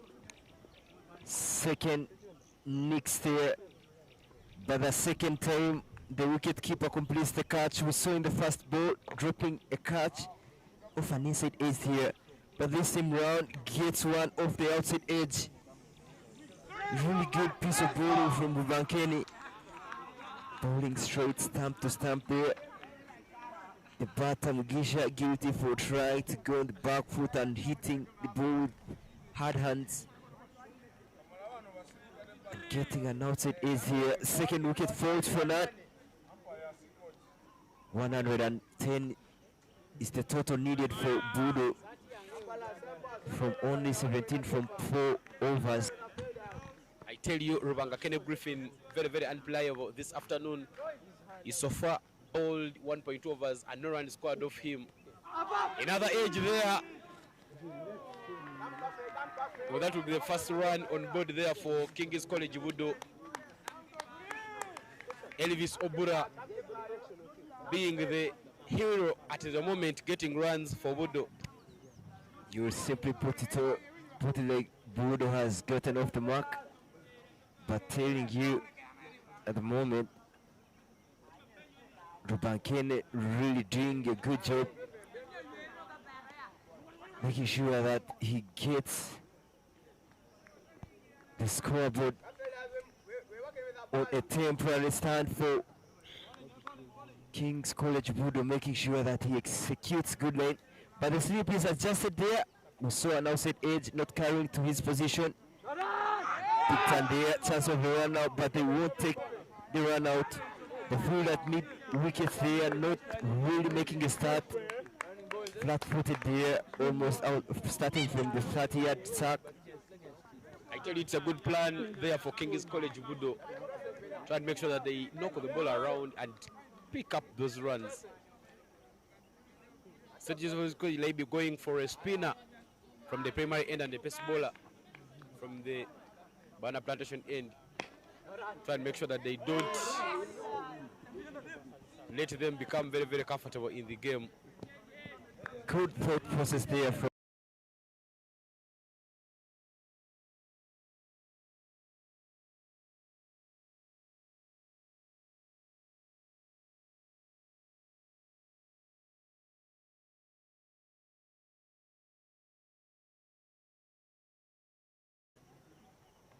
another edge, put down. Oh, chance of a run out. Oh. So mix up here for St. Joseph's College LAYIBI, the wicket keeper not holding onto the ball. I tell you, a run out would have happened at both ends. But the wicket keeper could have held onto that ball and try and make sure that he wipes off the bells, but not really executing it so well. King's College would survive losing another wicket here. But I love the idea and the awareness of Rubanken, the wicket keeper, knowing that at first instant he's put off the balls, and now the second attempt he tries to approach the stump. That was really aware of Rubanken, the wicket keeper. But nonetheless, the score is 2 for 2 after 3 overs.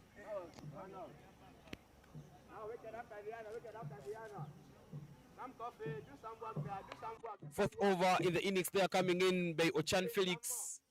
His first over was a maiden, and now he will be coming back to ask more questions. Again from that banana plantation end. Gets some great use of the surface there. Pumps one in the surface and picks up a dot ball right away. Yeah, it doesn't really raise as we would have loved, but you can see the energy with which he's pounding the ball to the surface. He's really putting in some good yards. Starts off right away with the dot ball.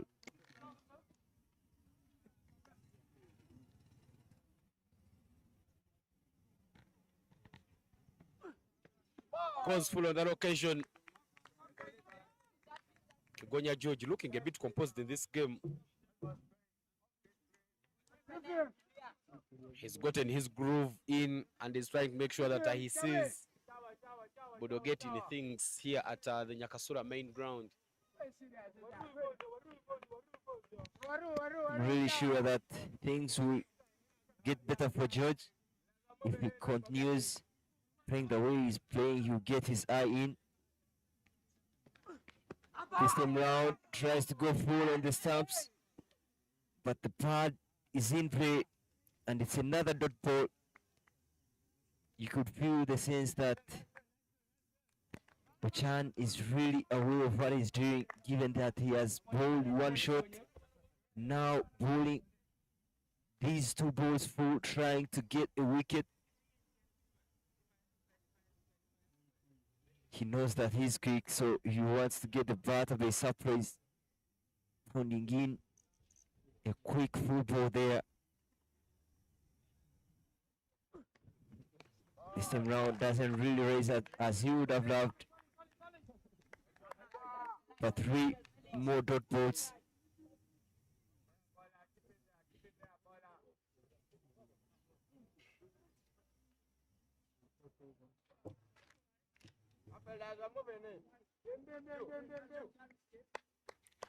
Four runs for 2 is the score for King's College BUDO.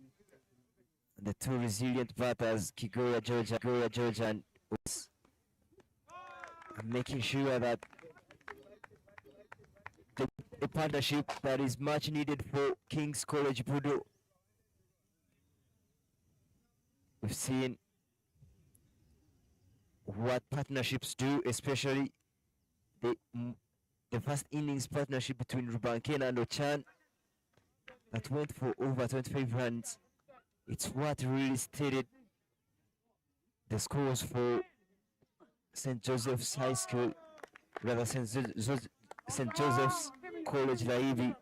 And now I tell you, even if these 2 lads try and put in a partnership, things will also turn back to their favor, given that they still have hitters, the likes of Aruna, so many batters that can potentially score runs. But now what they do need is a partnership. With that dot ball brings up the end of the 4th over, and 4 for 2 is the score. 4 for 2, not a very good position to be in. I tell you, in a T20 game, you need to capitalize on that, on those first 6 overs, that power play. Get yourself to a very strong start and make sure that when the field is spread, you can still hit the ball around. Ochan Felix has bowled 2 overs and is yet to concede a run. A wide there from Rubanga Kenny, and King's College BUDO will scamper through for a single. Yeah, this is much needed from BUDO. They only need to keep the scoreboard ticking, rotating the strike. In so doing, you loosen up the pressure from your side. Oh, good piece of bowling here from Rubankene. The lane that he has bowled to this afternoon has really been much of a consideration. Bowling right outside off stump, getting the ball to turn into the right hander, but poor piece of fielding there from covers. We have seen such kind of fielding 2 times now from the fielders for LAYIBI. Not really picking up the ball on the first attempt, but there has always been protection long off and long on at the boundary, making sure that they stop the ball, straight balls from going to the boundary. So far, 3 runs from this over. Not so bad as the previous overs have been for the side of King's College BUDO. At least you can see that now they are getting runs with ease.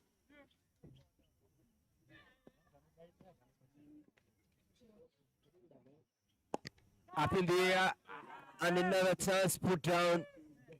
The plan is really working for the Plankin at the moment, bowling to his field. Another chance put down there. 3 of his chances have been turned down by the fielders. Rated up in the chance of a run out, proper throw. I tell you, there was some hesitation there from Kigonya George, and that nearly led him in some sorts of trouble. But eventually he makes his ground. King's College BUDO living dangerously at the moment. The umpire just giving the batter there some bit of attention as they call on the nurse to make sure that they help the batter is down to the ground.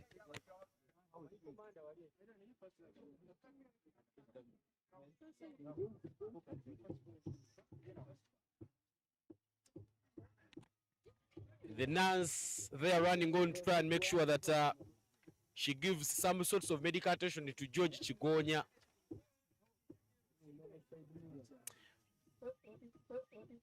From the other games that are happening on the other grounds, This is match day number 6, where the curtains of this year's Boys Schools Cricket Week, the group stages will come to bed today. Nyakasura Secondary School is taking on Masindi. Masindi has been bowled out for just 8 runs. I beg your pardon, they have scored 8 for 9 in 17 overs. And Nyakasura with the chase there, they are 16 for no loss. I think it should be a very good thing for Nyakasura to try and make sure that they pick up a victory as they set themselves up for the semi-final. You need to make sure that you go on winning ends going into the semi-finals.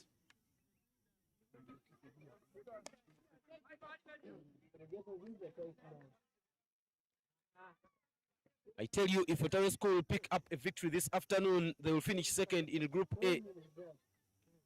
And they will be in semi-final places there. Currently, Ntare School are in action this afternoon.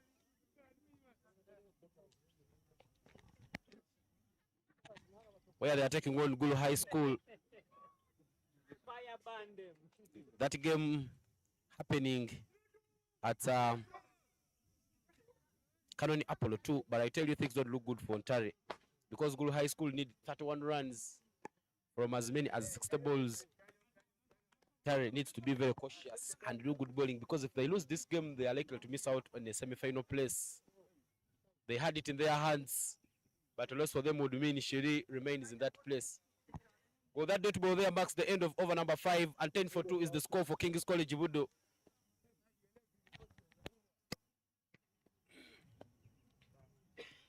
A good start for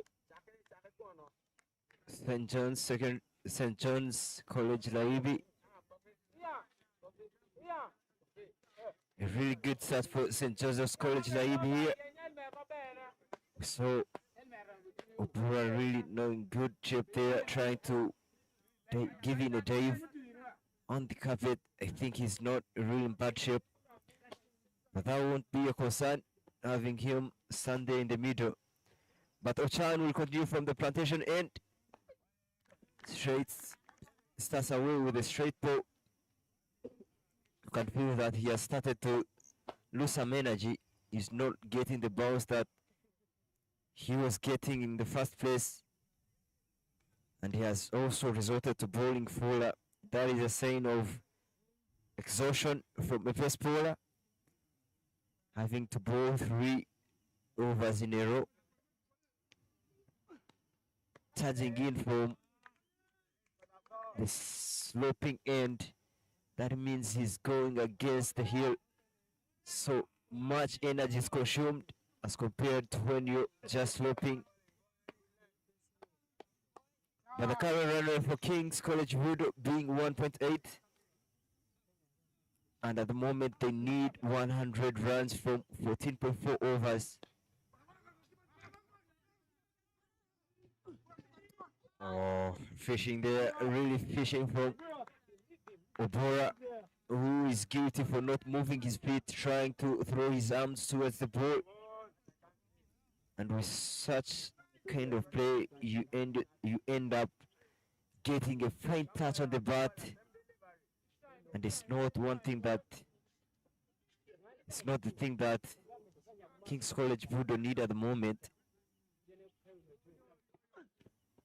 They are again nowhere close to the ball, just trying to use his lands, throw the bat towards the ball, and in the end he has been beaten all through 4 dot balls in a row for Ochan.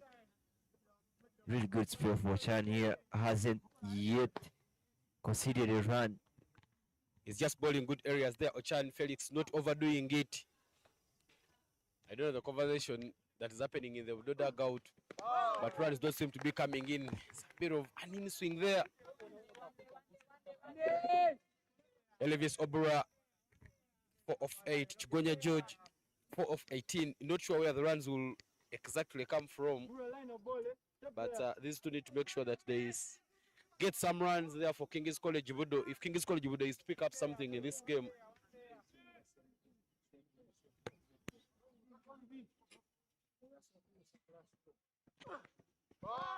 bounced off the surface. And that will mark the end of the over. Back-to-back maiden is there for Ochan Felix. 3 maiden is in the over so far. And that will mark the end of the power play. 10-2 is now the score for King's College BUDO. A really good spell there. Look at the replay. Banging hard. Again going away from the right-hander. The batsman not really in any shape of playing that ball. Really good spell for Ochan. Finishing 3 overs for not any run conceded. After the power play, there should be a change in bowling for St. Joseph's College LAYIBI. A PS man to come from the primary school end. But the 2 bowlers, Ebura Elvis and Nyonga George, all having 4 runs for so low strike rate, 40 and 22 respectively.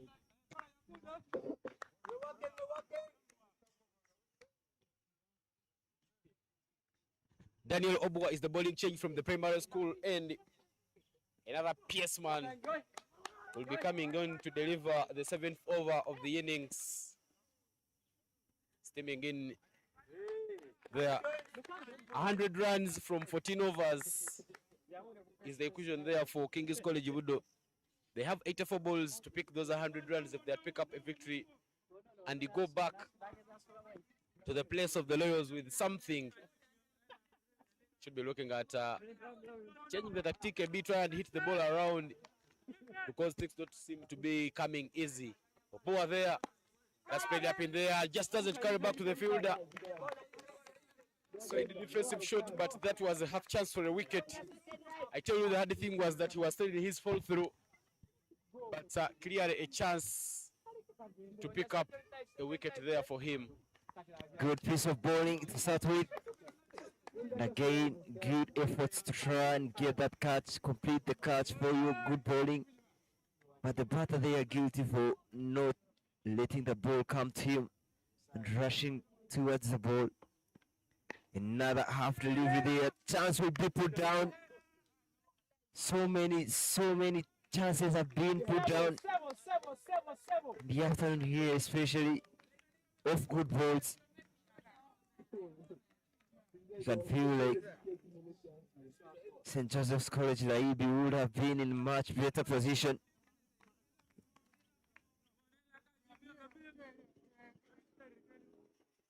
But the 2 batters for King's College BUDO will continue surviving.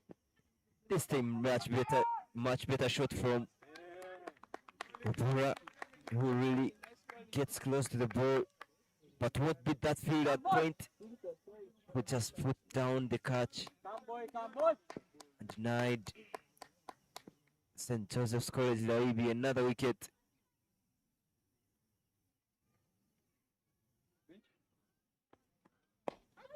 Full at the same round, really full.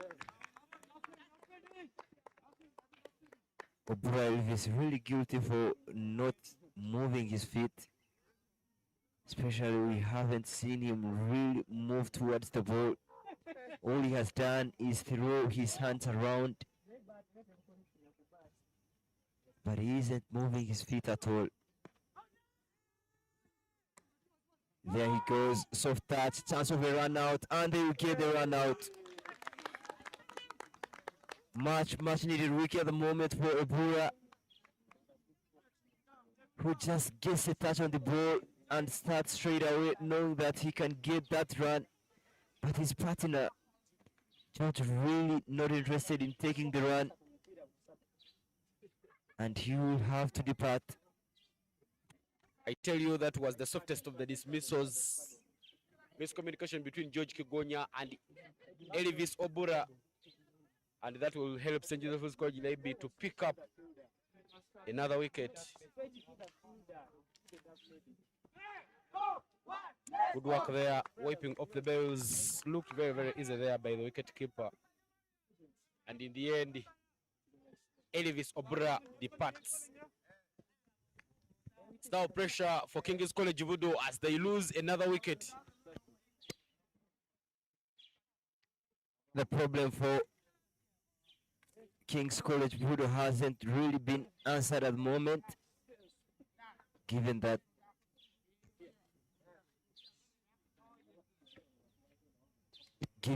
they have failed to get a steady partnership from their batters. Every batter that has seemed to be steadying into the game has been set back into the dugout. And the new batter will come, College Budo. That is Edema Savior.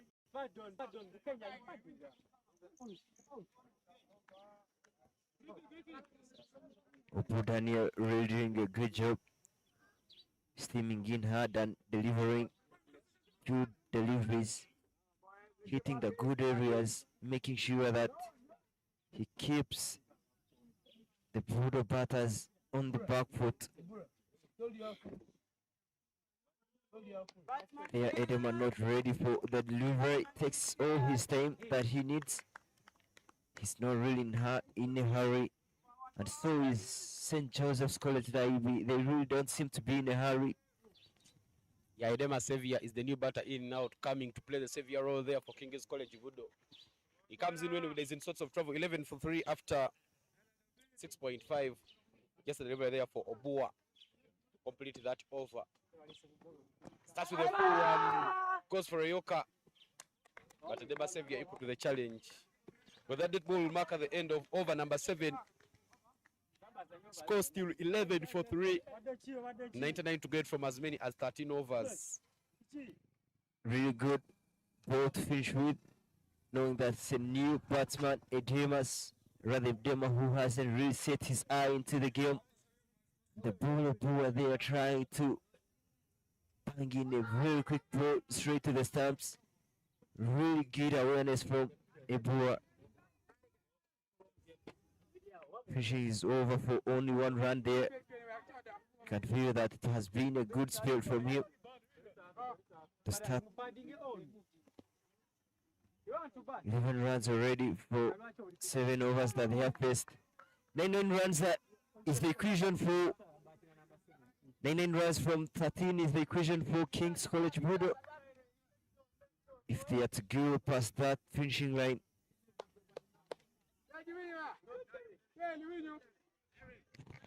Eric Odoche is the bowling change there for St. Joseph's College, replacing Ochan Felix from the side of the staff quarters.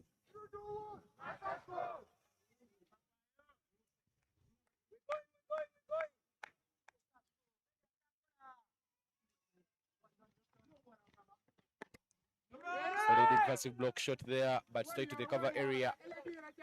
George Chugonya still setting himself up in the game, 5 of 20. But I tell you, he needs to make sure that he hits the ball around. As I have always said, it's not about chasing down a total. I would feel like King's College Budo would do much better to play out all the overs if they are not chased down the 110 runs. They will have really done a good job if they manage to play out all the overs. That will be a box ticked in their KPIs, if at all that is their KPI. But in my opinion, I reckon that will really be good for them. This time round, he works it backward of the square and they run very quickly and pick up that single. Good shot there from Kigonya George. Connects one backward of the square, but straight to the fielder. But I tell you, that was a good option. He could have quickly picked up a boundary on that occasion. They pick up a single and that just moves the score to 12 for 3.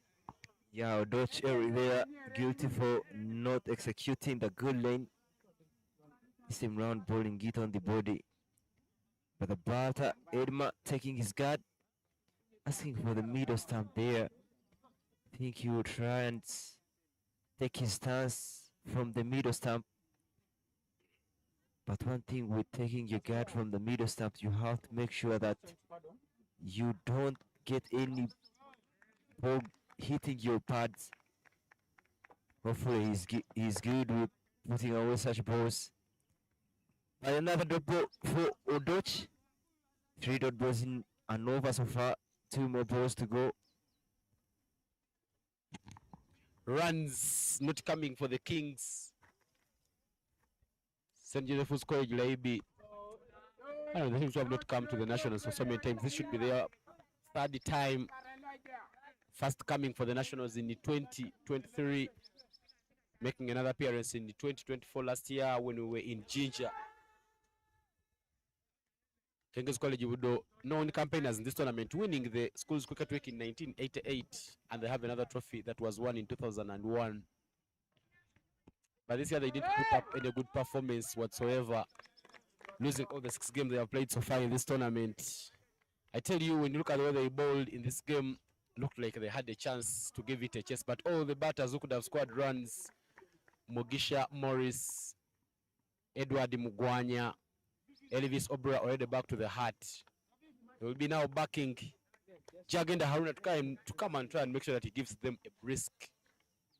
But if they can't really capitalize on that, it will be all over for them. Oh, them right away.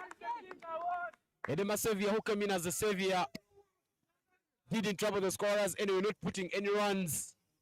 One angling in, he tries to work it on the inside, misses it. And that rattles the furniture, making other inroads and running through the batting lineup. St. Joseph's College LAYIBI already have 4 in the bag. Edema really guilty for not reading what exactly Dutch is bowling. I feel he would have gotten a sense on the previous delivery, which was seeming back into him. This time round, the ball had a long way to move, pitching outside the off stump there, but ending on the leg stump. You could feel that there was a long way the ball moved, but really good piece of bowling from Odoch, picking up the 4th wicket for only 13 runs scored.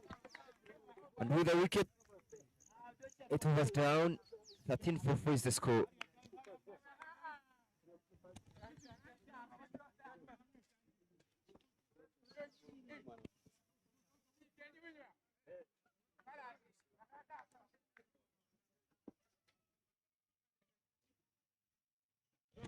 Ntare will need to defend 12 runs in 33 balls if they are to make it to the semi-finals, but things don't look good for them. That's the replay there in your frame, the departure of Edema Savior. The departure of Edema Savior will bring in Jagenda Haruna. I tell you, Jagenda Haruna played some rugby, but has stopped from playing that game by his mother. But he's a good striker of the ball. I tell you, if you give him Widith on the offer, he will make no mistake, but dispatch you. David Oboa will now return to ball for St. Joseph's College LAYIBI from the side of the primary school. Starts off with a dot ball. Good work there from him. Kigoya still silent at BUDO there, having faced 24 balls and only scoring 6 runs. You could feel like Yaya's gotten much time on the wicket there than any other player from King's College BUDO, but he hasn't scored so many runs. The bowlers haven't really given freebies to him.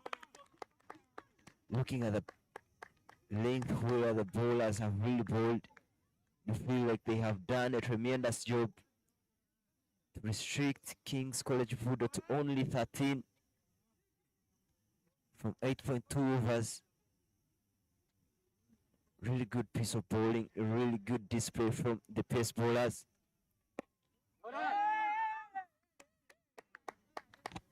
King's College BUDO still looking for the runs, but quite not getting them. Doing no mistake whatsoever. It's St. Joseph's College LAYIBI just bowling the good areas. I tell you, a team with a very solid dugout, having 2 coaches right at the helm, Godfrey Mtiaba, Wakamara Ronald. They will need to do a lot of change if they pick up a victory in this tournament.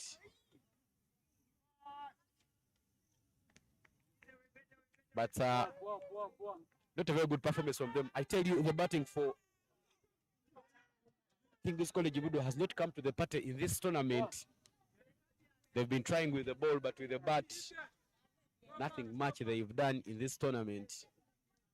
Well, they'll take a wide and a run, 4 wides to stretch to 15 runs, but it is still a tall order for them if they pick up victory in this game. 95 from as many as 11.3 overs. They need to be scoring 8, close to 9 every over if they pick up a victory. Jagenda Haruna will now be facing first. This game, Jagenda can hit the ball. Swings hard and picks up the first boundary there for King's College BUDO. I tell you, in that game where King's College BUDO was bowled out for just 29 runs, Jagenda Haruna was the only batter who stood tall, scoring 11 runs, and the rest of the runs came in form of extras. That game was against St. John's Secondary School. But good way to get off the mark there and bring some runs there for King's College BUDO. I believe if he can hit the ball for some time in here, he will send some more pressure. Look at that replay there, aligning himself and sending it to the cleaners. Just that the ball is really drifting down the leg. He just gives it a touch and sends it all the way to the boundaries. For much needed boundary there. I tell you, Jagenda will be relentless with his proceedings.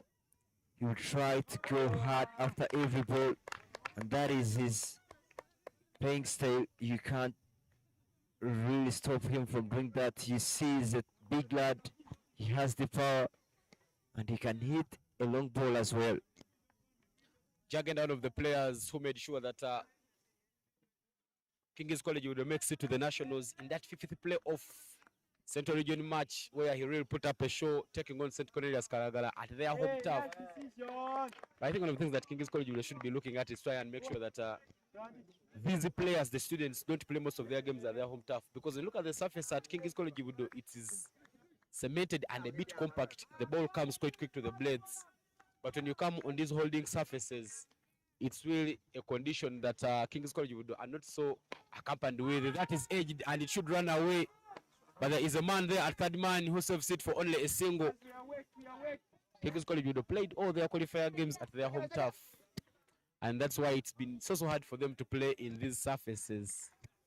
So going forward, they should be looking at making sure that they explore other surfaces.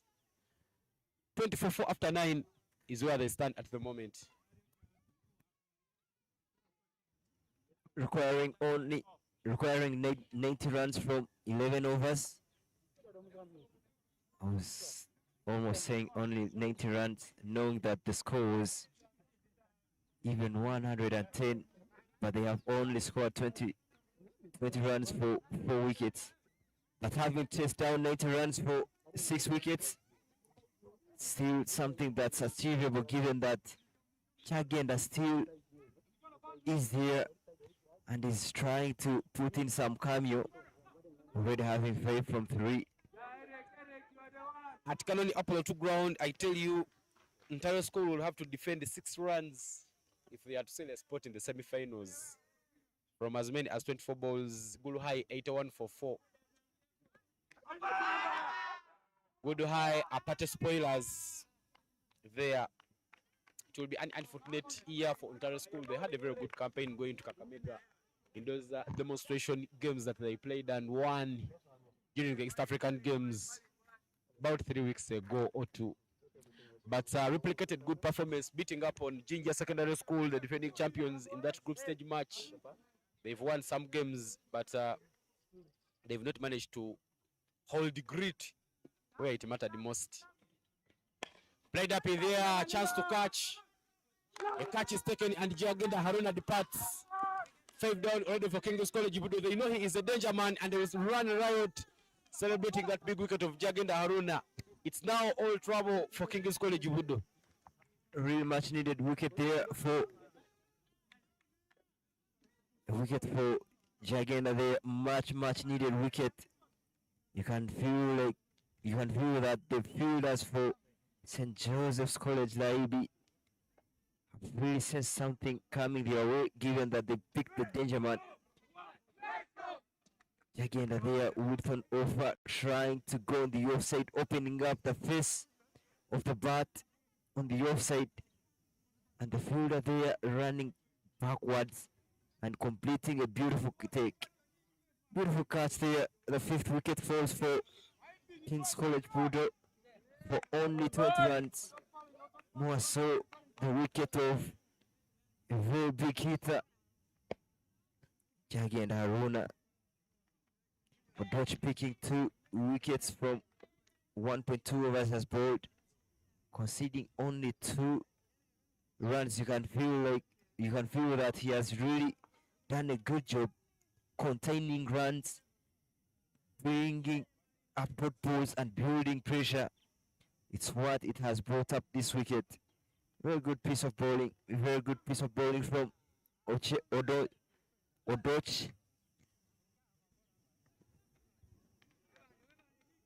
Branson Amanya will be the new man in for King's College BUDO. Not a lot of batting remaining on their batting lineup. But I tell you, King's College BUDO will need to bat a lot out of their skin if they had pick up a victory. 90 runs from 64 balls. In my opinion, it is gettable. The only issue for BUDO has been that their batting has not come to the party. They have quickly been reduced to 20 for 5. I had their coach, Wakamara Ronald, on a side chat just shortly after the innings, and he told me that he believed that his side could come and give it a chase. But with the wickets that have gone back to the heart, I tell you, it will take a lot of batting for them if they pick up a victory this afternoon here at Nyakasura main ground. But this is the annual Boys Schools Cricket Week Tournament, proudly sponsored by Harris International under their brand Skyview. Tournament also sponsored by Batbo Uganda Limited and Cricket Uganda. Coming to Fort Portal for the very first time, Nyakasura School, the school being the hosts of this year's edition, a very hospitable place. It's been all shining since morning today, but a very good initiative by the organizers to try and make sure that this tournament moves, and it gives an opportunity to the players to come and witness different environments, play in different surfaces. I think it's been a very good experience for the boys. But the curtains for this tournament will be coming down tomorrow. We'll be having 2 semi-finals happening right at Nyakasura Main and Nyakasura 2. Then we will have a final showdown before the schools get back to other businesses. What already we've had fortunate coming to this beautiful city. I tell you, Fort Portal City has been good to me, and I believe so to the boys as well. Yeah, so many people have been saying the same. Hopefully they've gotten memories to reminisce when they go back to their regions. But growing in such an environment, I tell you, it's really a good experience, especially with the hospitality of the natives, the environment, the weather, the climate, the foods, so many things to note from Fopoto.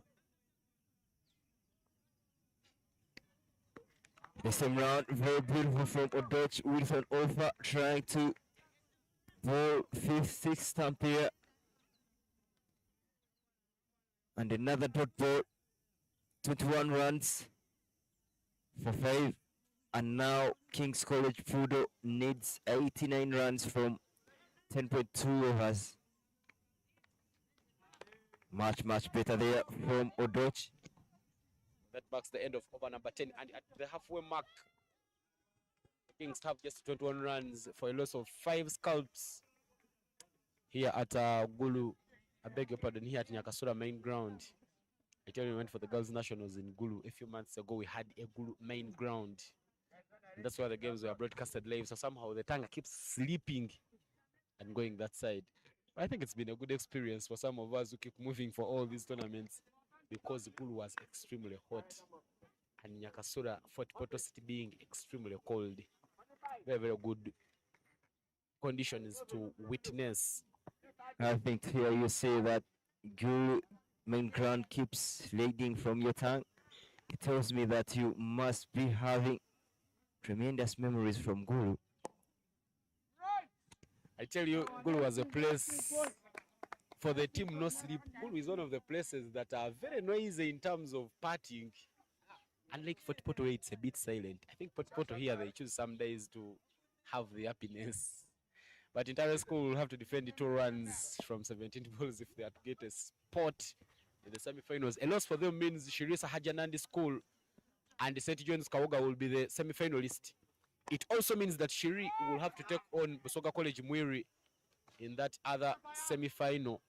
Whereas the other semi-final will be between Nyakasura School and St. John's High School Kawoga.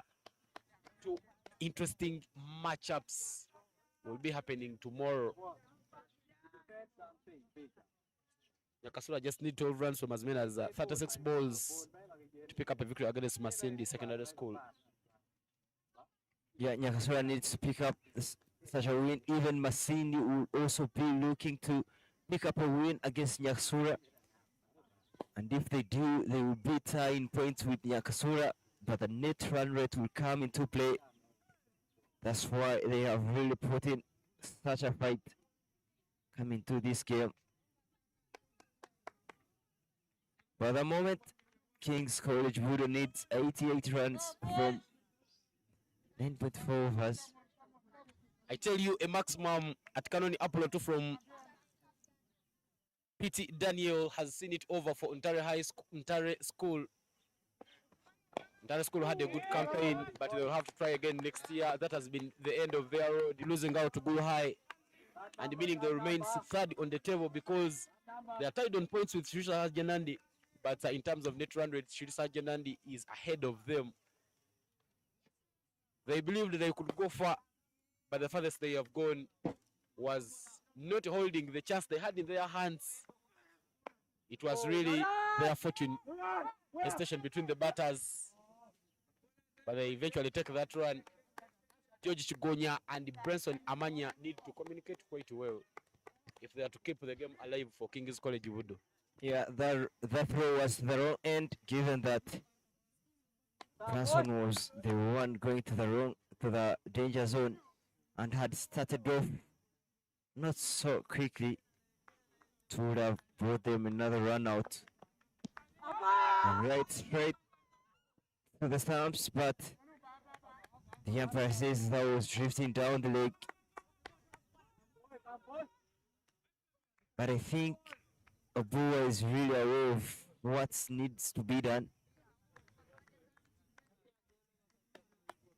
He really needs to know that at the moment you have to go full, try get the bowler through the block hole.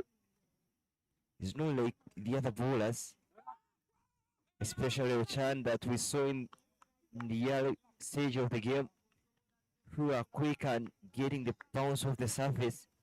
And he has really understood that and is bowling them full, trying to get our BW's play, trying to get clean bowled. But with that single brings up the end of the 11th over, 23 for 5.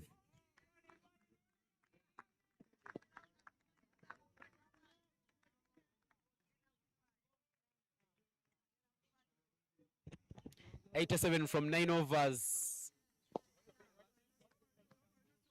King's College, if they had picked up a victory, a fast victory, they've lost 6 out of 6 so far. And it's only them and Resori High School that are winless in this tournament.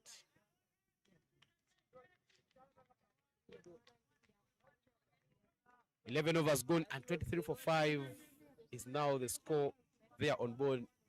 George Kigonya with 7 of 28. Whereas Branson Amanya has just 1 of 8. I tell you, the runs are not coming for them.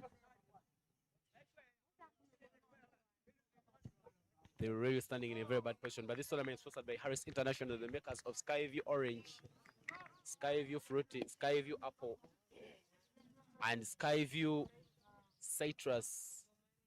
Nyakasura School has managed to beat up on Masindi Secondary School from St. Lewis Sports Ground, winning that game and making a semi-final appointment tomorrow. They will be taking on St. John's Kawoga.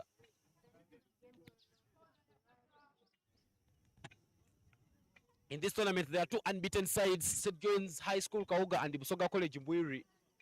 Busoga College Mwiri will take on Shiri Sahajanandi School, whereas St. John's Kauga will take on Nyakasura School in that other semi-final match.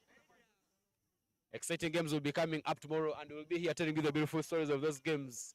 The winner in each of those semi-finals will book a date of playing at this very ground tomorrow in the afternoon. The curtains will be falling down for this tournament tomorrow. But what a roller coaster of events that we've had here in Fort Portal City. Since Sunday, we've been here telling you the beautiful stories of the over 400 players who are here in camp and taking part in this year's edition of the annual Boys Schools Cricket Week tournament. But I tell you, as it comes down to match day 6, many contenders in the tournament become attenders. The conversation of who could make it to the semi-finals starts disappearing there on match day 4. 84 runs from 8.2 overs. King's College BUDO is to go back to the BUDO hill with something. But I tell you, it will take a lot of batting, and I repeat, a lot of batting if they pick up a victory here. But Uganda has made sure that there are scoreboards on every ground, so you don't have any excuse. You cannot tell the umpire that I don't know how many runs that we need. It's really very, very clear there. That is the coach there for King's College BUDO, Godfrey Mtiawa, a man who will be wedding about 2 weeks from now. Will be in Seta eating some rice, but for now the task he has on his desk is picking up a victory. Mutiaba is resolved the next agenda. I want to die so baby Gloria. Also taking on the Plandi Muko. I don't know why these days the weddings are always overhyped. The Vixen and the Desire were also trending a few weeks ago. And today so baby Gloria also making rounds. But end of over number 12 and 27 for 5 is the score there for King's College BUDO.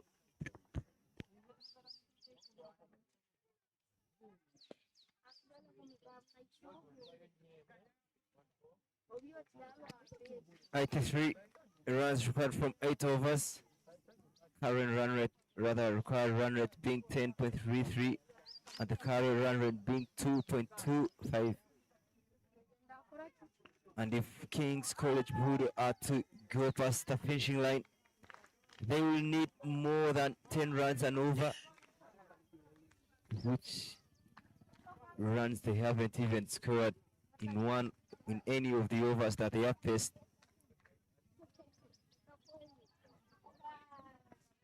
Obua will continue from the primary school end. Good rotation of strike between these two batters, Kigonya and Branson. I feel like they have gotten off to a good partnership. Their partnership is tending to be growing at the moment.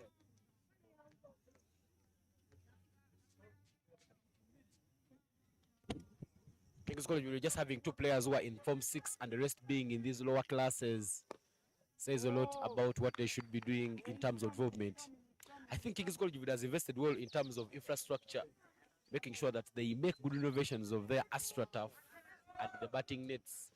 I think the issue has been with the training time. You know, King's College, there is a school for planned kids. But the planned kids have not been putting the chicken on pitch a lot. Up in the air, this time round won't go anywhere near the fielder, and the no ball is called. Obua, they are guilty of overstepping, and the free hit it will be. I tell you, King's College will be looking at try and make sure that they increase on the time they give to some of these sports. But they're very, very dominant. I saw them playing those playing rugby in the nationals and East African games. They are really a side. Free hit there, swing started, an edge, but no run taken. Speaking on the team, to be given to sports. It's not only BUDO that needs to do that. We've seen a shift in play here at Nyakasura, especially where the candidates are no longer given time to come and train. Even the low school, high school students don't even access the ground.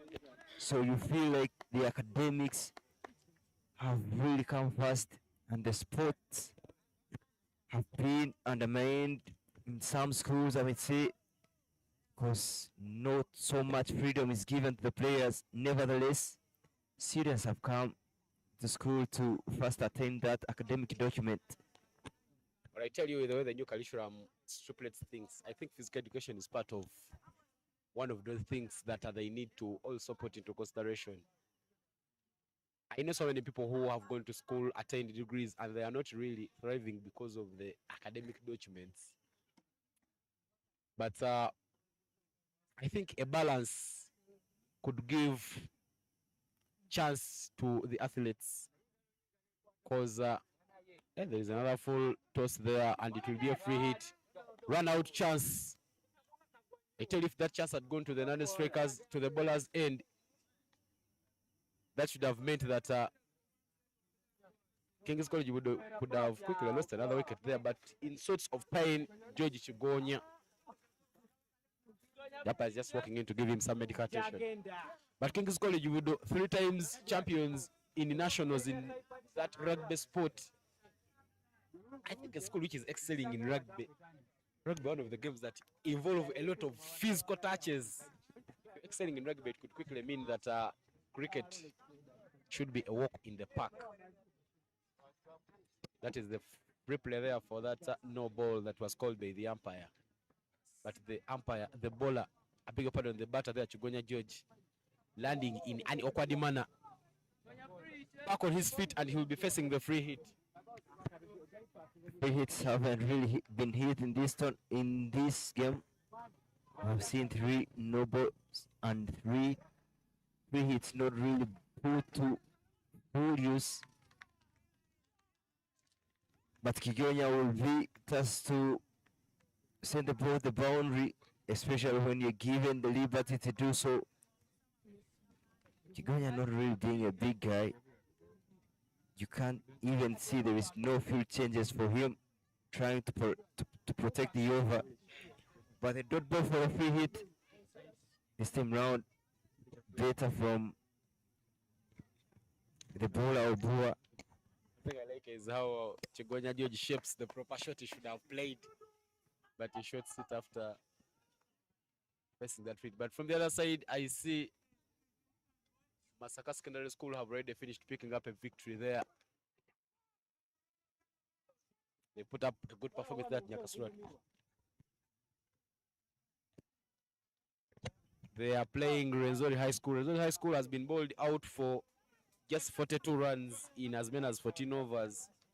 And I tell you, that loss there means that Renzori High School will go back to Kasese with no victory. But at least Kasese is a shorter distance from here. King's College will look to be following them. Fly to the cover area, chance to run, and they will take a single. Looking at the partnership that's growing between Branson and Kigonya. 11 runs from these two fellas. Kigonya, having played through all the innings, only scoring 10 from the 34 balls has faced. And Branson already having 4 runs from his 16. Both of two batters have really been silent. Runs haven't really come easily in their favor. But with that single, over number 13 is down, 3-3 for 5.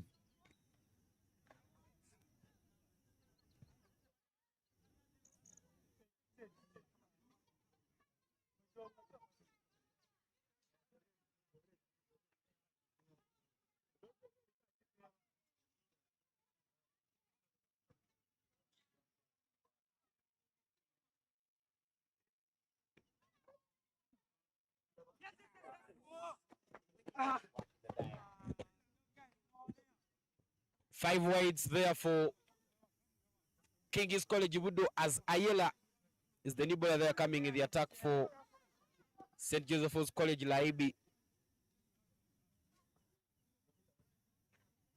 Ayela, not the best of deliveries there from him. And King's College BUDO will pick up those runs. Well, those 5 runs will take them to 38. Looking at the dot balls board today in the afternoon here, 57 dot balls have been bowled. You can see how economical the bowlers have been. 57 dot balls, that's almost 9.3 overs of dot balls, 9.3 maiden overs. King's College BUDO haven't really rotated strikes, haven't really gotten runs with ease. And that's the reason as to why they are to a low score of 38 runs from 13 overs. But kudos to the bowlers from St. Joseph's College LAYIBI, who have really managed to be technical and so economical. If you're to see the most economical bowler for LAYIBI is Ebru Elvis, 2.75. Bukenya Joel,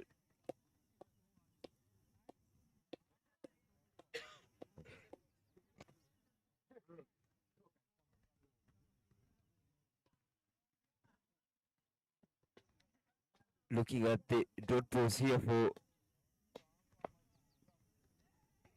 St. Joseph's College LAYIBI at the moment, most of the bowlers have really had good economies.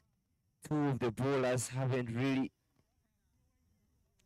been gotten runs off, the likes of Mugisha Morris and Mugwanya Edward.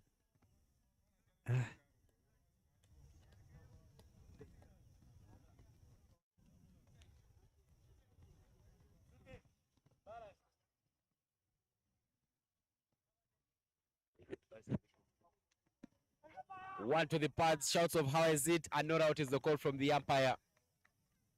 72 to get from as many as 6.5 overs.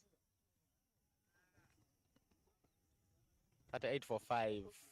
Half of the batters have already gone back to the hut. That is played through the cover area. 2-2 is the call, and they run very quickly and pick up that double. I would commend that running there between these 2 youngsters, Branson Amanya and George Chigonya, the future of cricket at the King's College. 2 Form 2s who are making sure that they now rise through the ranks. I tell you, last year King's College BUDO was not one of the sides that you could bog down during the nationals. They went up to the finals of the plate and just lost out to Shirisa Hajanandi School.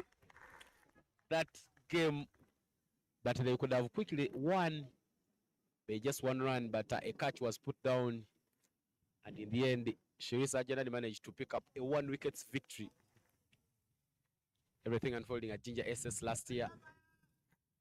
But this year, they've not had a very good campaign coming to the nationals, but they are still the campaigners. Not a school that quickly, easily misses out. Only Ndeje Secondary School and Kolo SS being one of the teams we would have expected to see in this nationals, but them not making the cut. Gets some ball angling in, and that marks the end of over number 14. 40 for 5 is the score. 70 to get from 6 overs. 6 overs exactly, 36 deliveries. It will need a lot of batting. If King's College, if they speak something from this game, the ball needs to be flying.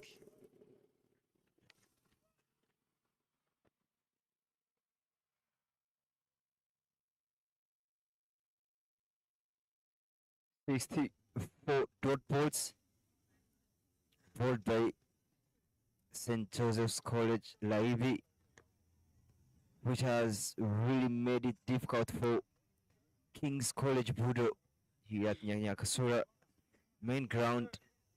BUDO will need 70 runs from 6 overs. 11.67 is the required run rate.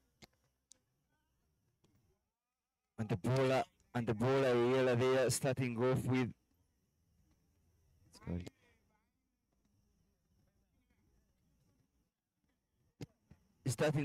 a red, and that is Oketayot.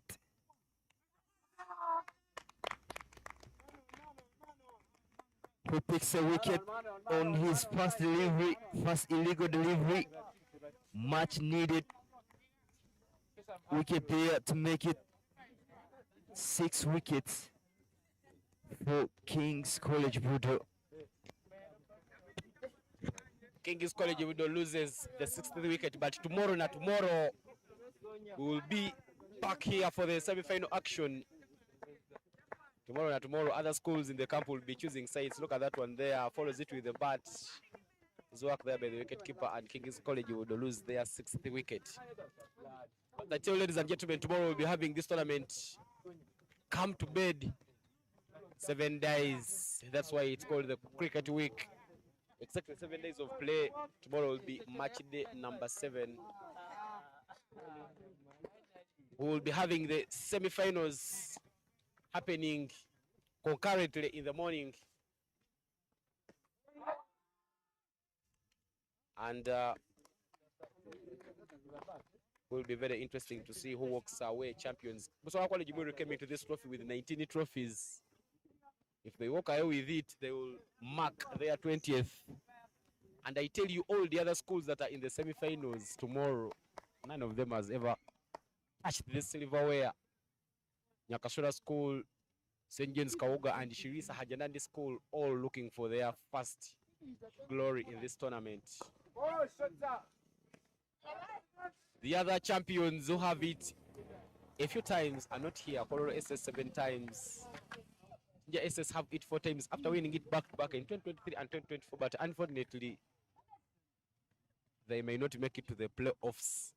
A team losing about 8 players, and they are now in a rebuilding phase. Kololo SS have this trophy 7 times, but they didn't qualify for this year's nationals. They are also in a sort of rebuilding phase. King's College BUDO have it 2 times, but their performance has not taken off in this tournament. Okay, Tayot still squeezing in some dot balls there. And that dot ball will mark the end of over number 15. 41 for 6 is now the score. I think with 4 wickets at hand, King's College BUDO should just try and swing the bat around in these remaining 5 overs. Despite what happened is there for them, they could swing the bat around, maybe they can get some runs. And even though they get a loss, they could quickly get a honorable loss. I tell you, for a loss is a loss. I tell you, at the moment, I think what they're really trying to do is not to be played out all out.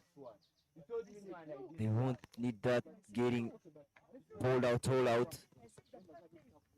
You feel that they want to try and play out all the overs. If they have failed to chase down the target, it will be much better for them at least to play out all the overs.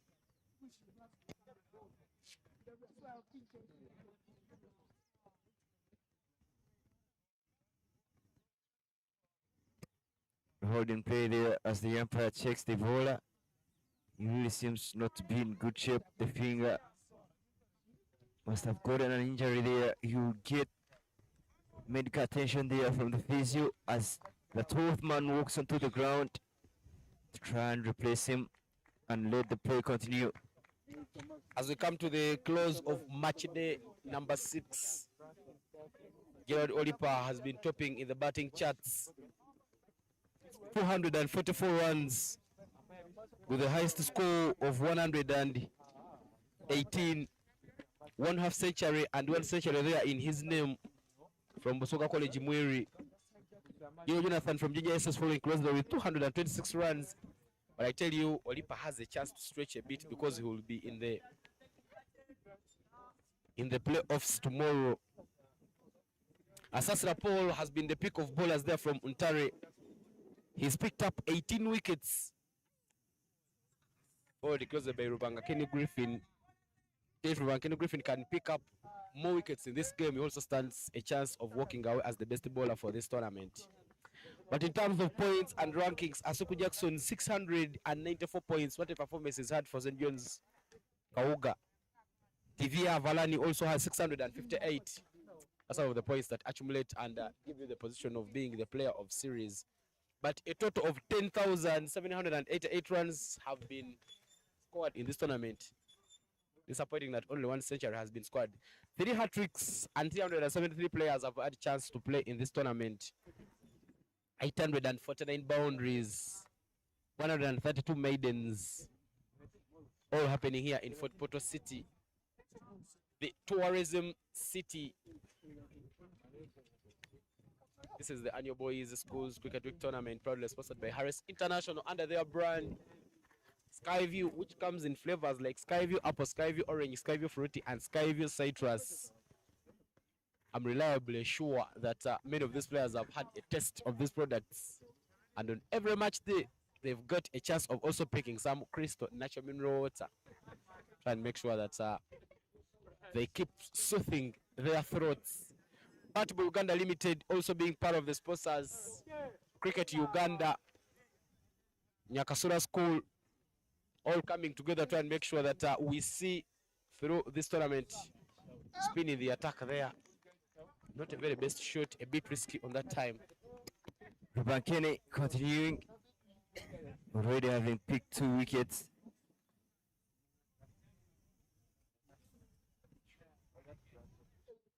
He's trying to, he will try and make sure that he bowls and picks some wickets to his total, given that he is almost at the peak of the bowlers there. If he picks 2 more, he will be topping the charts. Green ball here. He picks the wicket.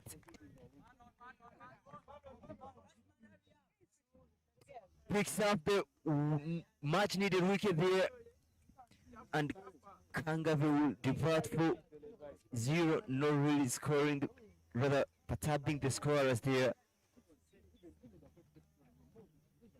And the 7th wicket falls for only 42 runs.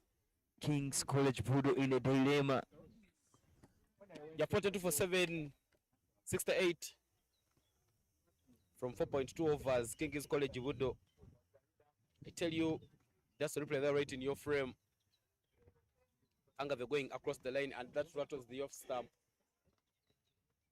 You'll have to depart. Some good performance there being displayed by St. Joseph's College LAYIBI.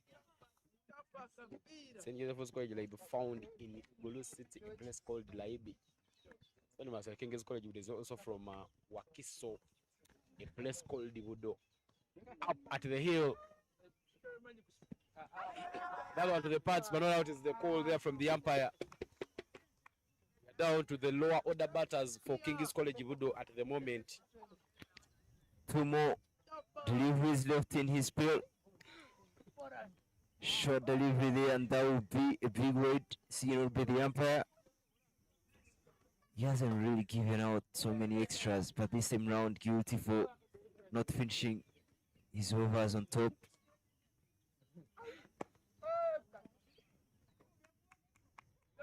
I tell you, this is the only live game this afternoon. Masindi has already lost to Nyakasula. Nyakasula winning that game by 6 wickets this afternoon. Aga Khan has beaten St. James by 5 wickets in the other game that happened this afternoon. Whereas Ontario School lost out to Gulu High School, and they missed out a place in the semi-finals, losing that game by 6 wickets.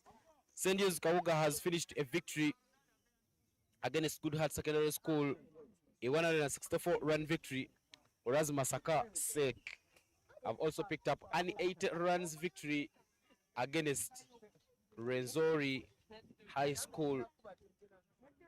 Uganda A scored 191 for 6 at Entebbe Cricket Oval, taking on Uganda Emerging. The chase is on, and Uganda Emerging is 69 for 3. That's a practice match. I tell you, the Uganda A and Uganda Emerging is where some players who joined the national team are selected from. Sarah Richard and Mulongo Paul batting now for the Uganda Emerging. Both of them are former students at Teacher Secondary School. They won the last year's nationals. Therefore, Ginger sake. But from the international games, 200 up for Zimbabwe, chasing that 298 that Sri Lanka posted. But they have so far lost 8 wickets. Raj from Sharjah down in Pakistan. Pakistan will be taking on Afghanistan in that Tri-Nation Series tournament. The Pakis won the toss and opted to bat first.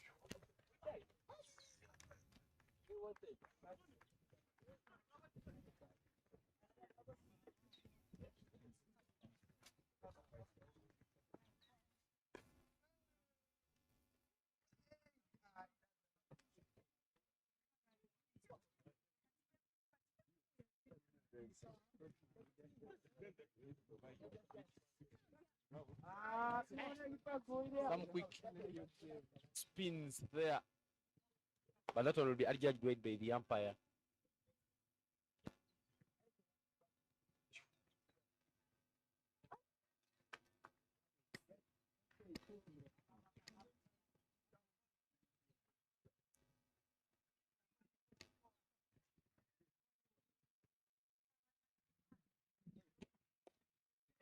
That is played through the cover area down to the extra cover boundary for a couple. Quick running and good throw. 2 runs to finish the over. 17 overs done and 47 is the score for 7. I tell you, a lot of credit goes to the organizers of this prestigious tournament, but our credits go to the people who have made sure that they put things together, starting from the groundsmen, the umpires, the scorers, not forgetting the kitchen staff here at Nyakasura School, who've made sure that the meals are there and in real quick time. I tell you, every ground has had a nurse, and this should be the time for us to give them their shout outs. Tomorrow, just 2 grounds will be in action, Nyakasura Main and Nyakasura 2. I tell you, the remainder of the schools that are in the camp will be choosing sides. Tomorrow will be a time of the schools from the central saying, should we stand with Kauga? The schools of Ginger may say, well, let us stand with Mwiri. But I tell you, for some sorts of rivalry, you will not quickly see Ginger SS supporting Busoga College. Choose another person to support. But it will all happen here as we get to the closing phase of this tournament. 62 runs required from 2.5 overs. And the bowler, Ayala Elvis, trying to make sure that he picks the 3 more wickets left for King's College BUDO. But I love the fact that BUDO batters have really been resilient in giving out their wickets. I feel that they will be taking out that box of playing not out, because they haven't really been in good shape, but at least they have managed to play all the overs. If at all it goes down to rather playing out all the overs, it will really be a good positive. Elvis there giving in some good deliveries, plated up this time round, played on the onside. The chase will be on from the long off and only stopping the ball for 2 runs. There's some good running there between the wickets of this college BUDO. These 2 runs won't really affect St. Joseph's College LAYIBI at the moment. It's only the boundaries that will really do them a damage. 14 more balls to go and 61, rather 29 runs from 13 balls to go. Just 13 legal deliveries remaining to complete the second innings of this game. BUDO quickly 7 wickets down, remaining with just 3 wickets there from the batting lineup. But their batting card has not really taken off. Only Kigonya George reaching double figures with a pedestrian knock of 10 of 35. And I tell you, the other leading runs scorer in the game has been the number of extras. 20 extras given away by by St. Joseph's College LAYIBI compared to the 15 which were given away by BUDO. Looking at the ducks that were scored here from BUDO batters, 4 ducks: Mugwanya Edward, Mugisha Morris, Edema Xavier, Kangave Aaron, all scored zeros. You can feel like they have really not done a good job for their side.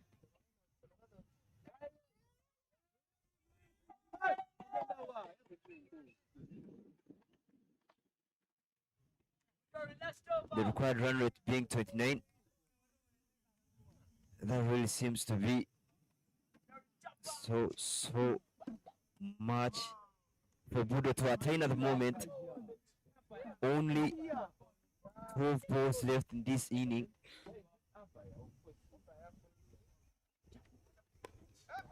Up in the air, chance to catch is a picking. So you do not even need to move an inch. It takes a simple catch. And King's College would lose the 8th wicket. Soft dismissal. And St. Joseph's College may be still stepping on things here. 2 more wickets to go for King's College BUDO. And with only 9 balls left,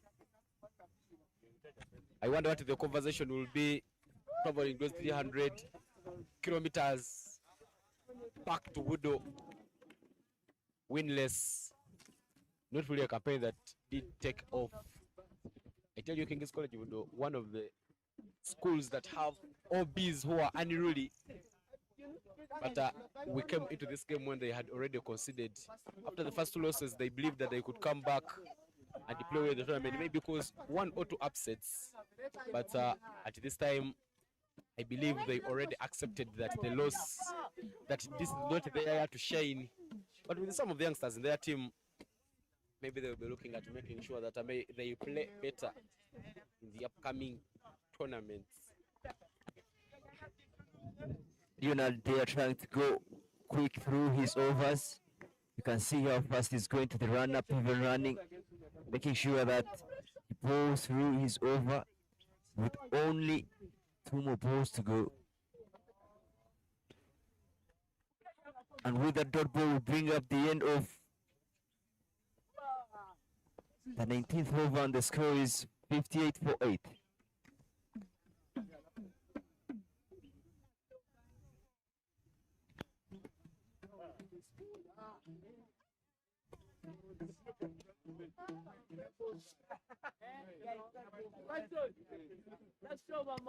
Ochan Felix will be the bowler coming from the staff quarter end. We saw him bowl the 3 first overs and not conceding any run. He really had a good start of the overs and the innings, making sure that he gives a decent start for team St. Joseph's College LAYIBI, but straight away will give up a wicket.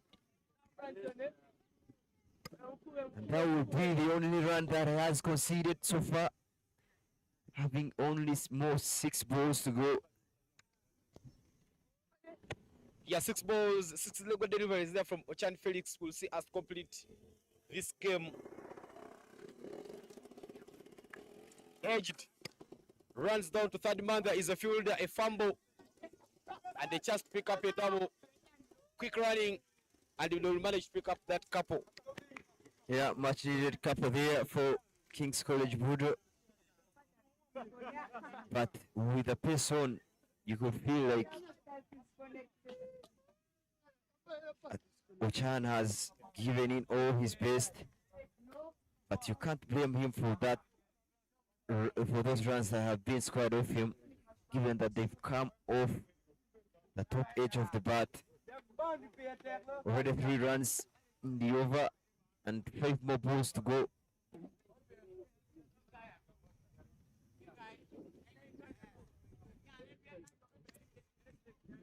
Five legal deliveries remain to complete this game here at St. Joseph's College, LAYIBI still ahead of things.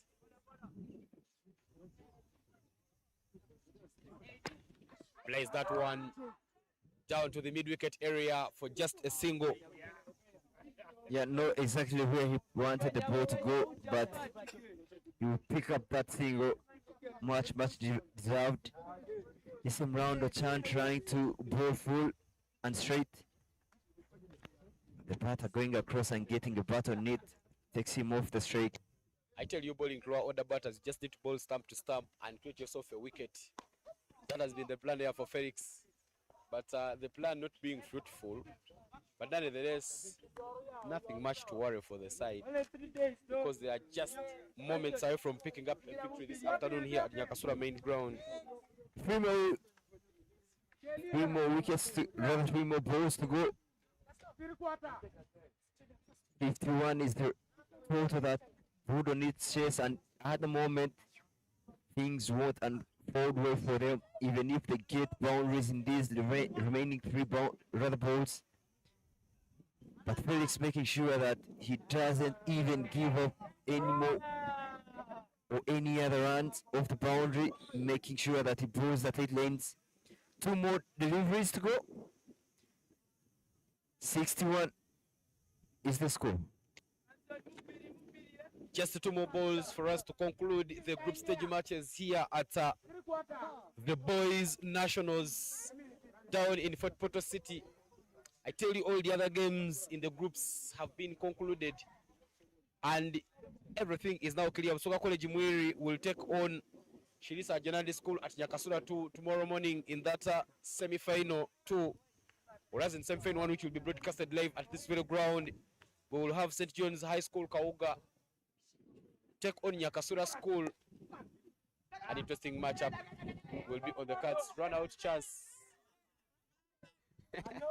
But the batter there, not aware. I think if the threat go to the other side of the wicket keeper, maybe it could have been a wicket for St. Joseph's College LAYIBI. Look, you can see the naivety in the fielder there after the balls being off. The wickets also trying to stump.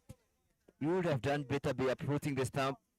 That would have been better. But him trying to take a stamping there shows that there is some level of an awareness. Last ball of the innings, played up, beats the field at mid-wicket, electric side of the boundary, but good work there by the fielder, gives it a chase and manages to drive the ball. They run very quickly and pick up 3 runs, and that will be that. Well, ladies and gentlemen, we've come to the end of this game. King's College BUDO eventually not managing to pick up a victory in the entire campaign, losing out this game to St. Joseph's College LAYIBI. They've managed just 68 runs in the 20 overs of the second innings, but looking at their performance so far in the game, this game here, where St. Joseph's College LAYIBI won the toss and opted to bat first, they batted quite well, scoring 109 runs for 9 in 20 overs.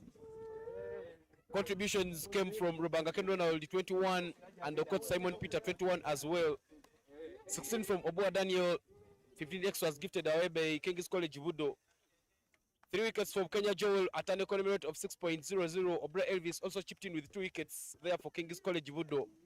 Edward Mukwanya, Jagenda Aruna and Kangav Aaron have picked up a wicket apiece.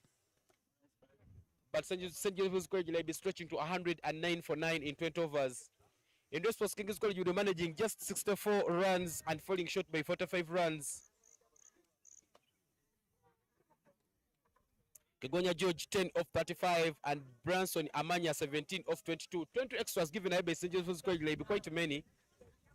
But in the end, Rubanga Kenny Griffin being the ball at the peak, picking up 3 wickets, whereas Odoch, Eric and Okataot Leonard have picked up 2 wickets apiece. Ladies and gentlemen, the semi-finals have shaped up as all the group stage games have come to end. And tomorrow, we'll have St. John's Kawuga High School taking on Nyakasura School at this very ground in the morning, whereas at the other ground, Busoga College Muru will take on Shuri Sajanandi School. In this tournament, only St. John's Kawuga and Busoga College Muru are unbeaten, whereas King's College BUDO and Renzori High School will go back to their homes winless. Well, this tournament is proudly sponsored by Harris International under their product Skyview that comes in so many flavors: Skyview Apple, Skyview Citrus, Skyview Fruity, and Skyview Orange. So make sure that you support Harris International to keep the over 300 players in business. When Harris is in business, the players are also in business. Basketball Uganda Limited also part of the sponsors. Nyakasura School being the hosts and Cricket Uganda also putting resources together. From a great commentary team, we've come to the end of the group stages. I had Kobsinge Betty here with me in the comms, Fortunate Alijuna, and from me, my name is Evan Cyprian Sajabi. We'll catch up tomorrow for the semi-final action. I say now.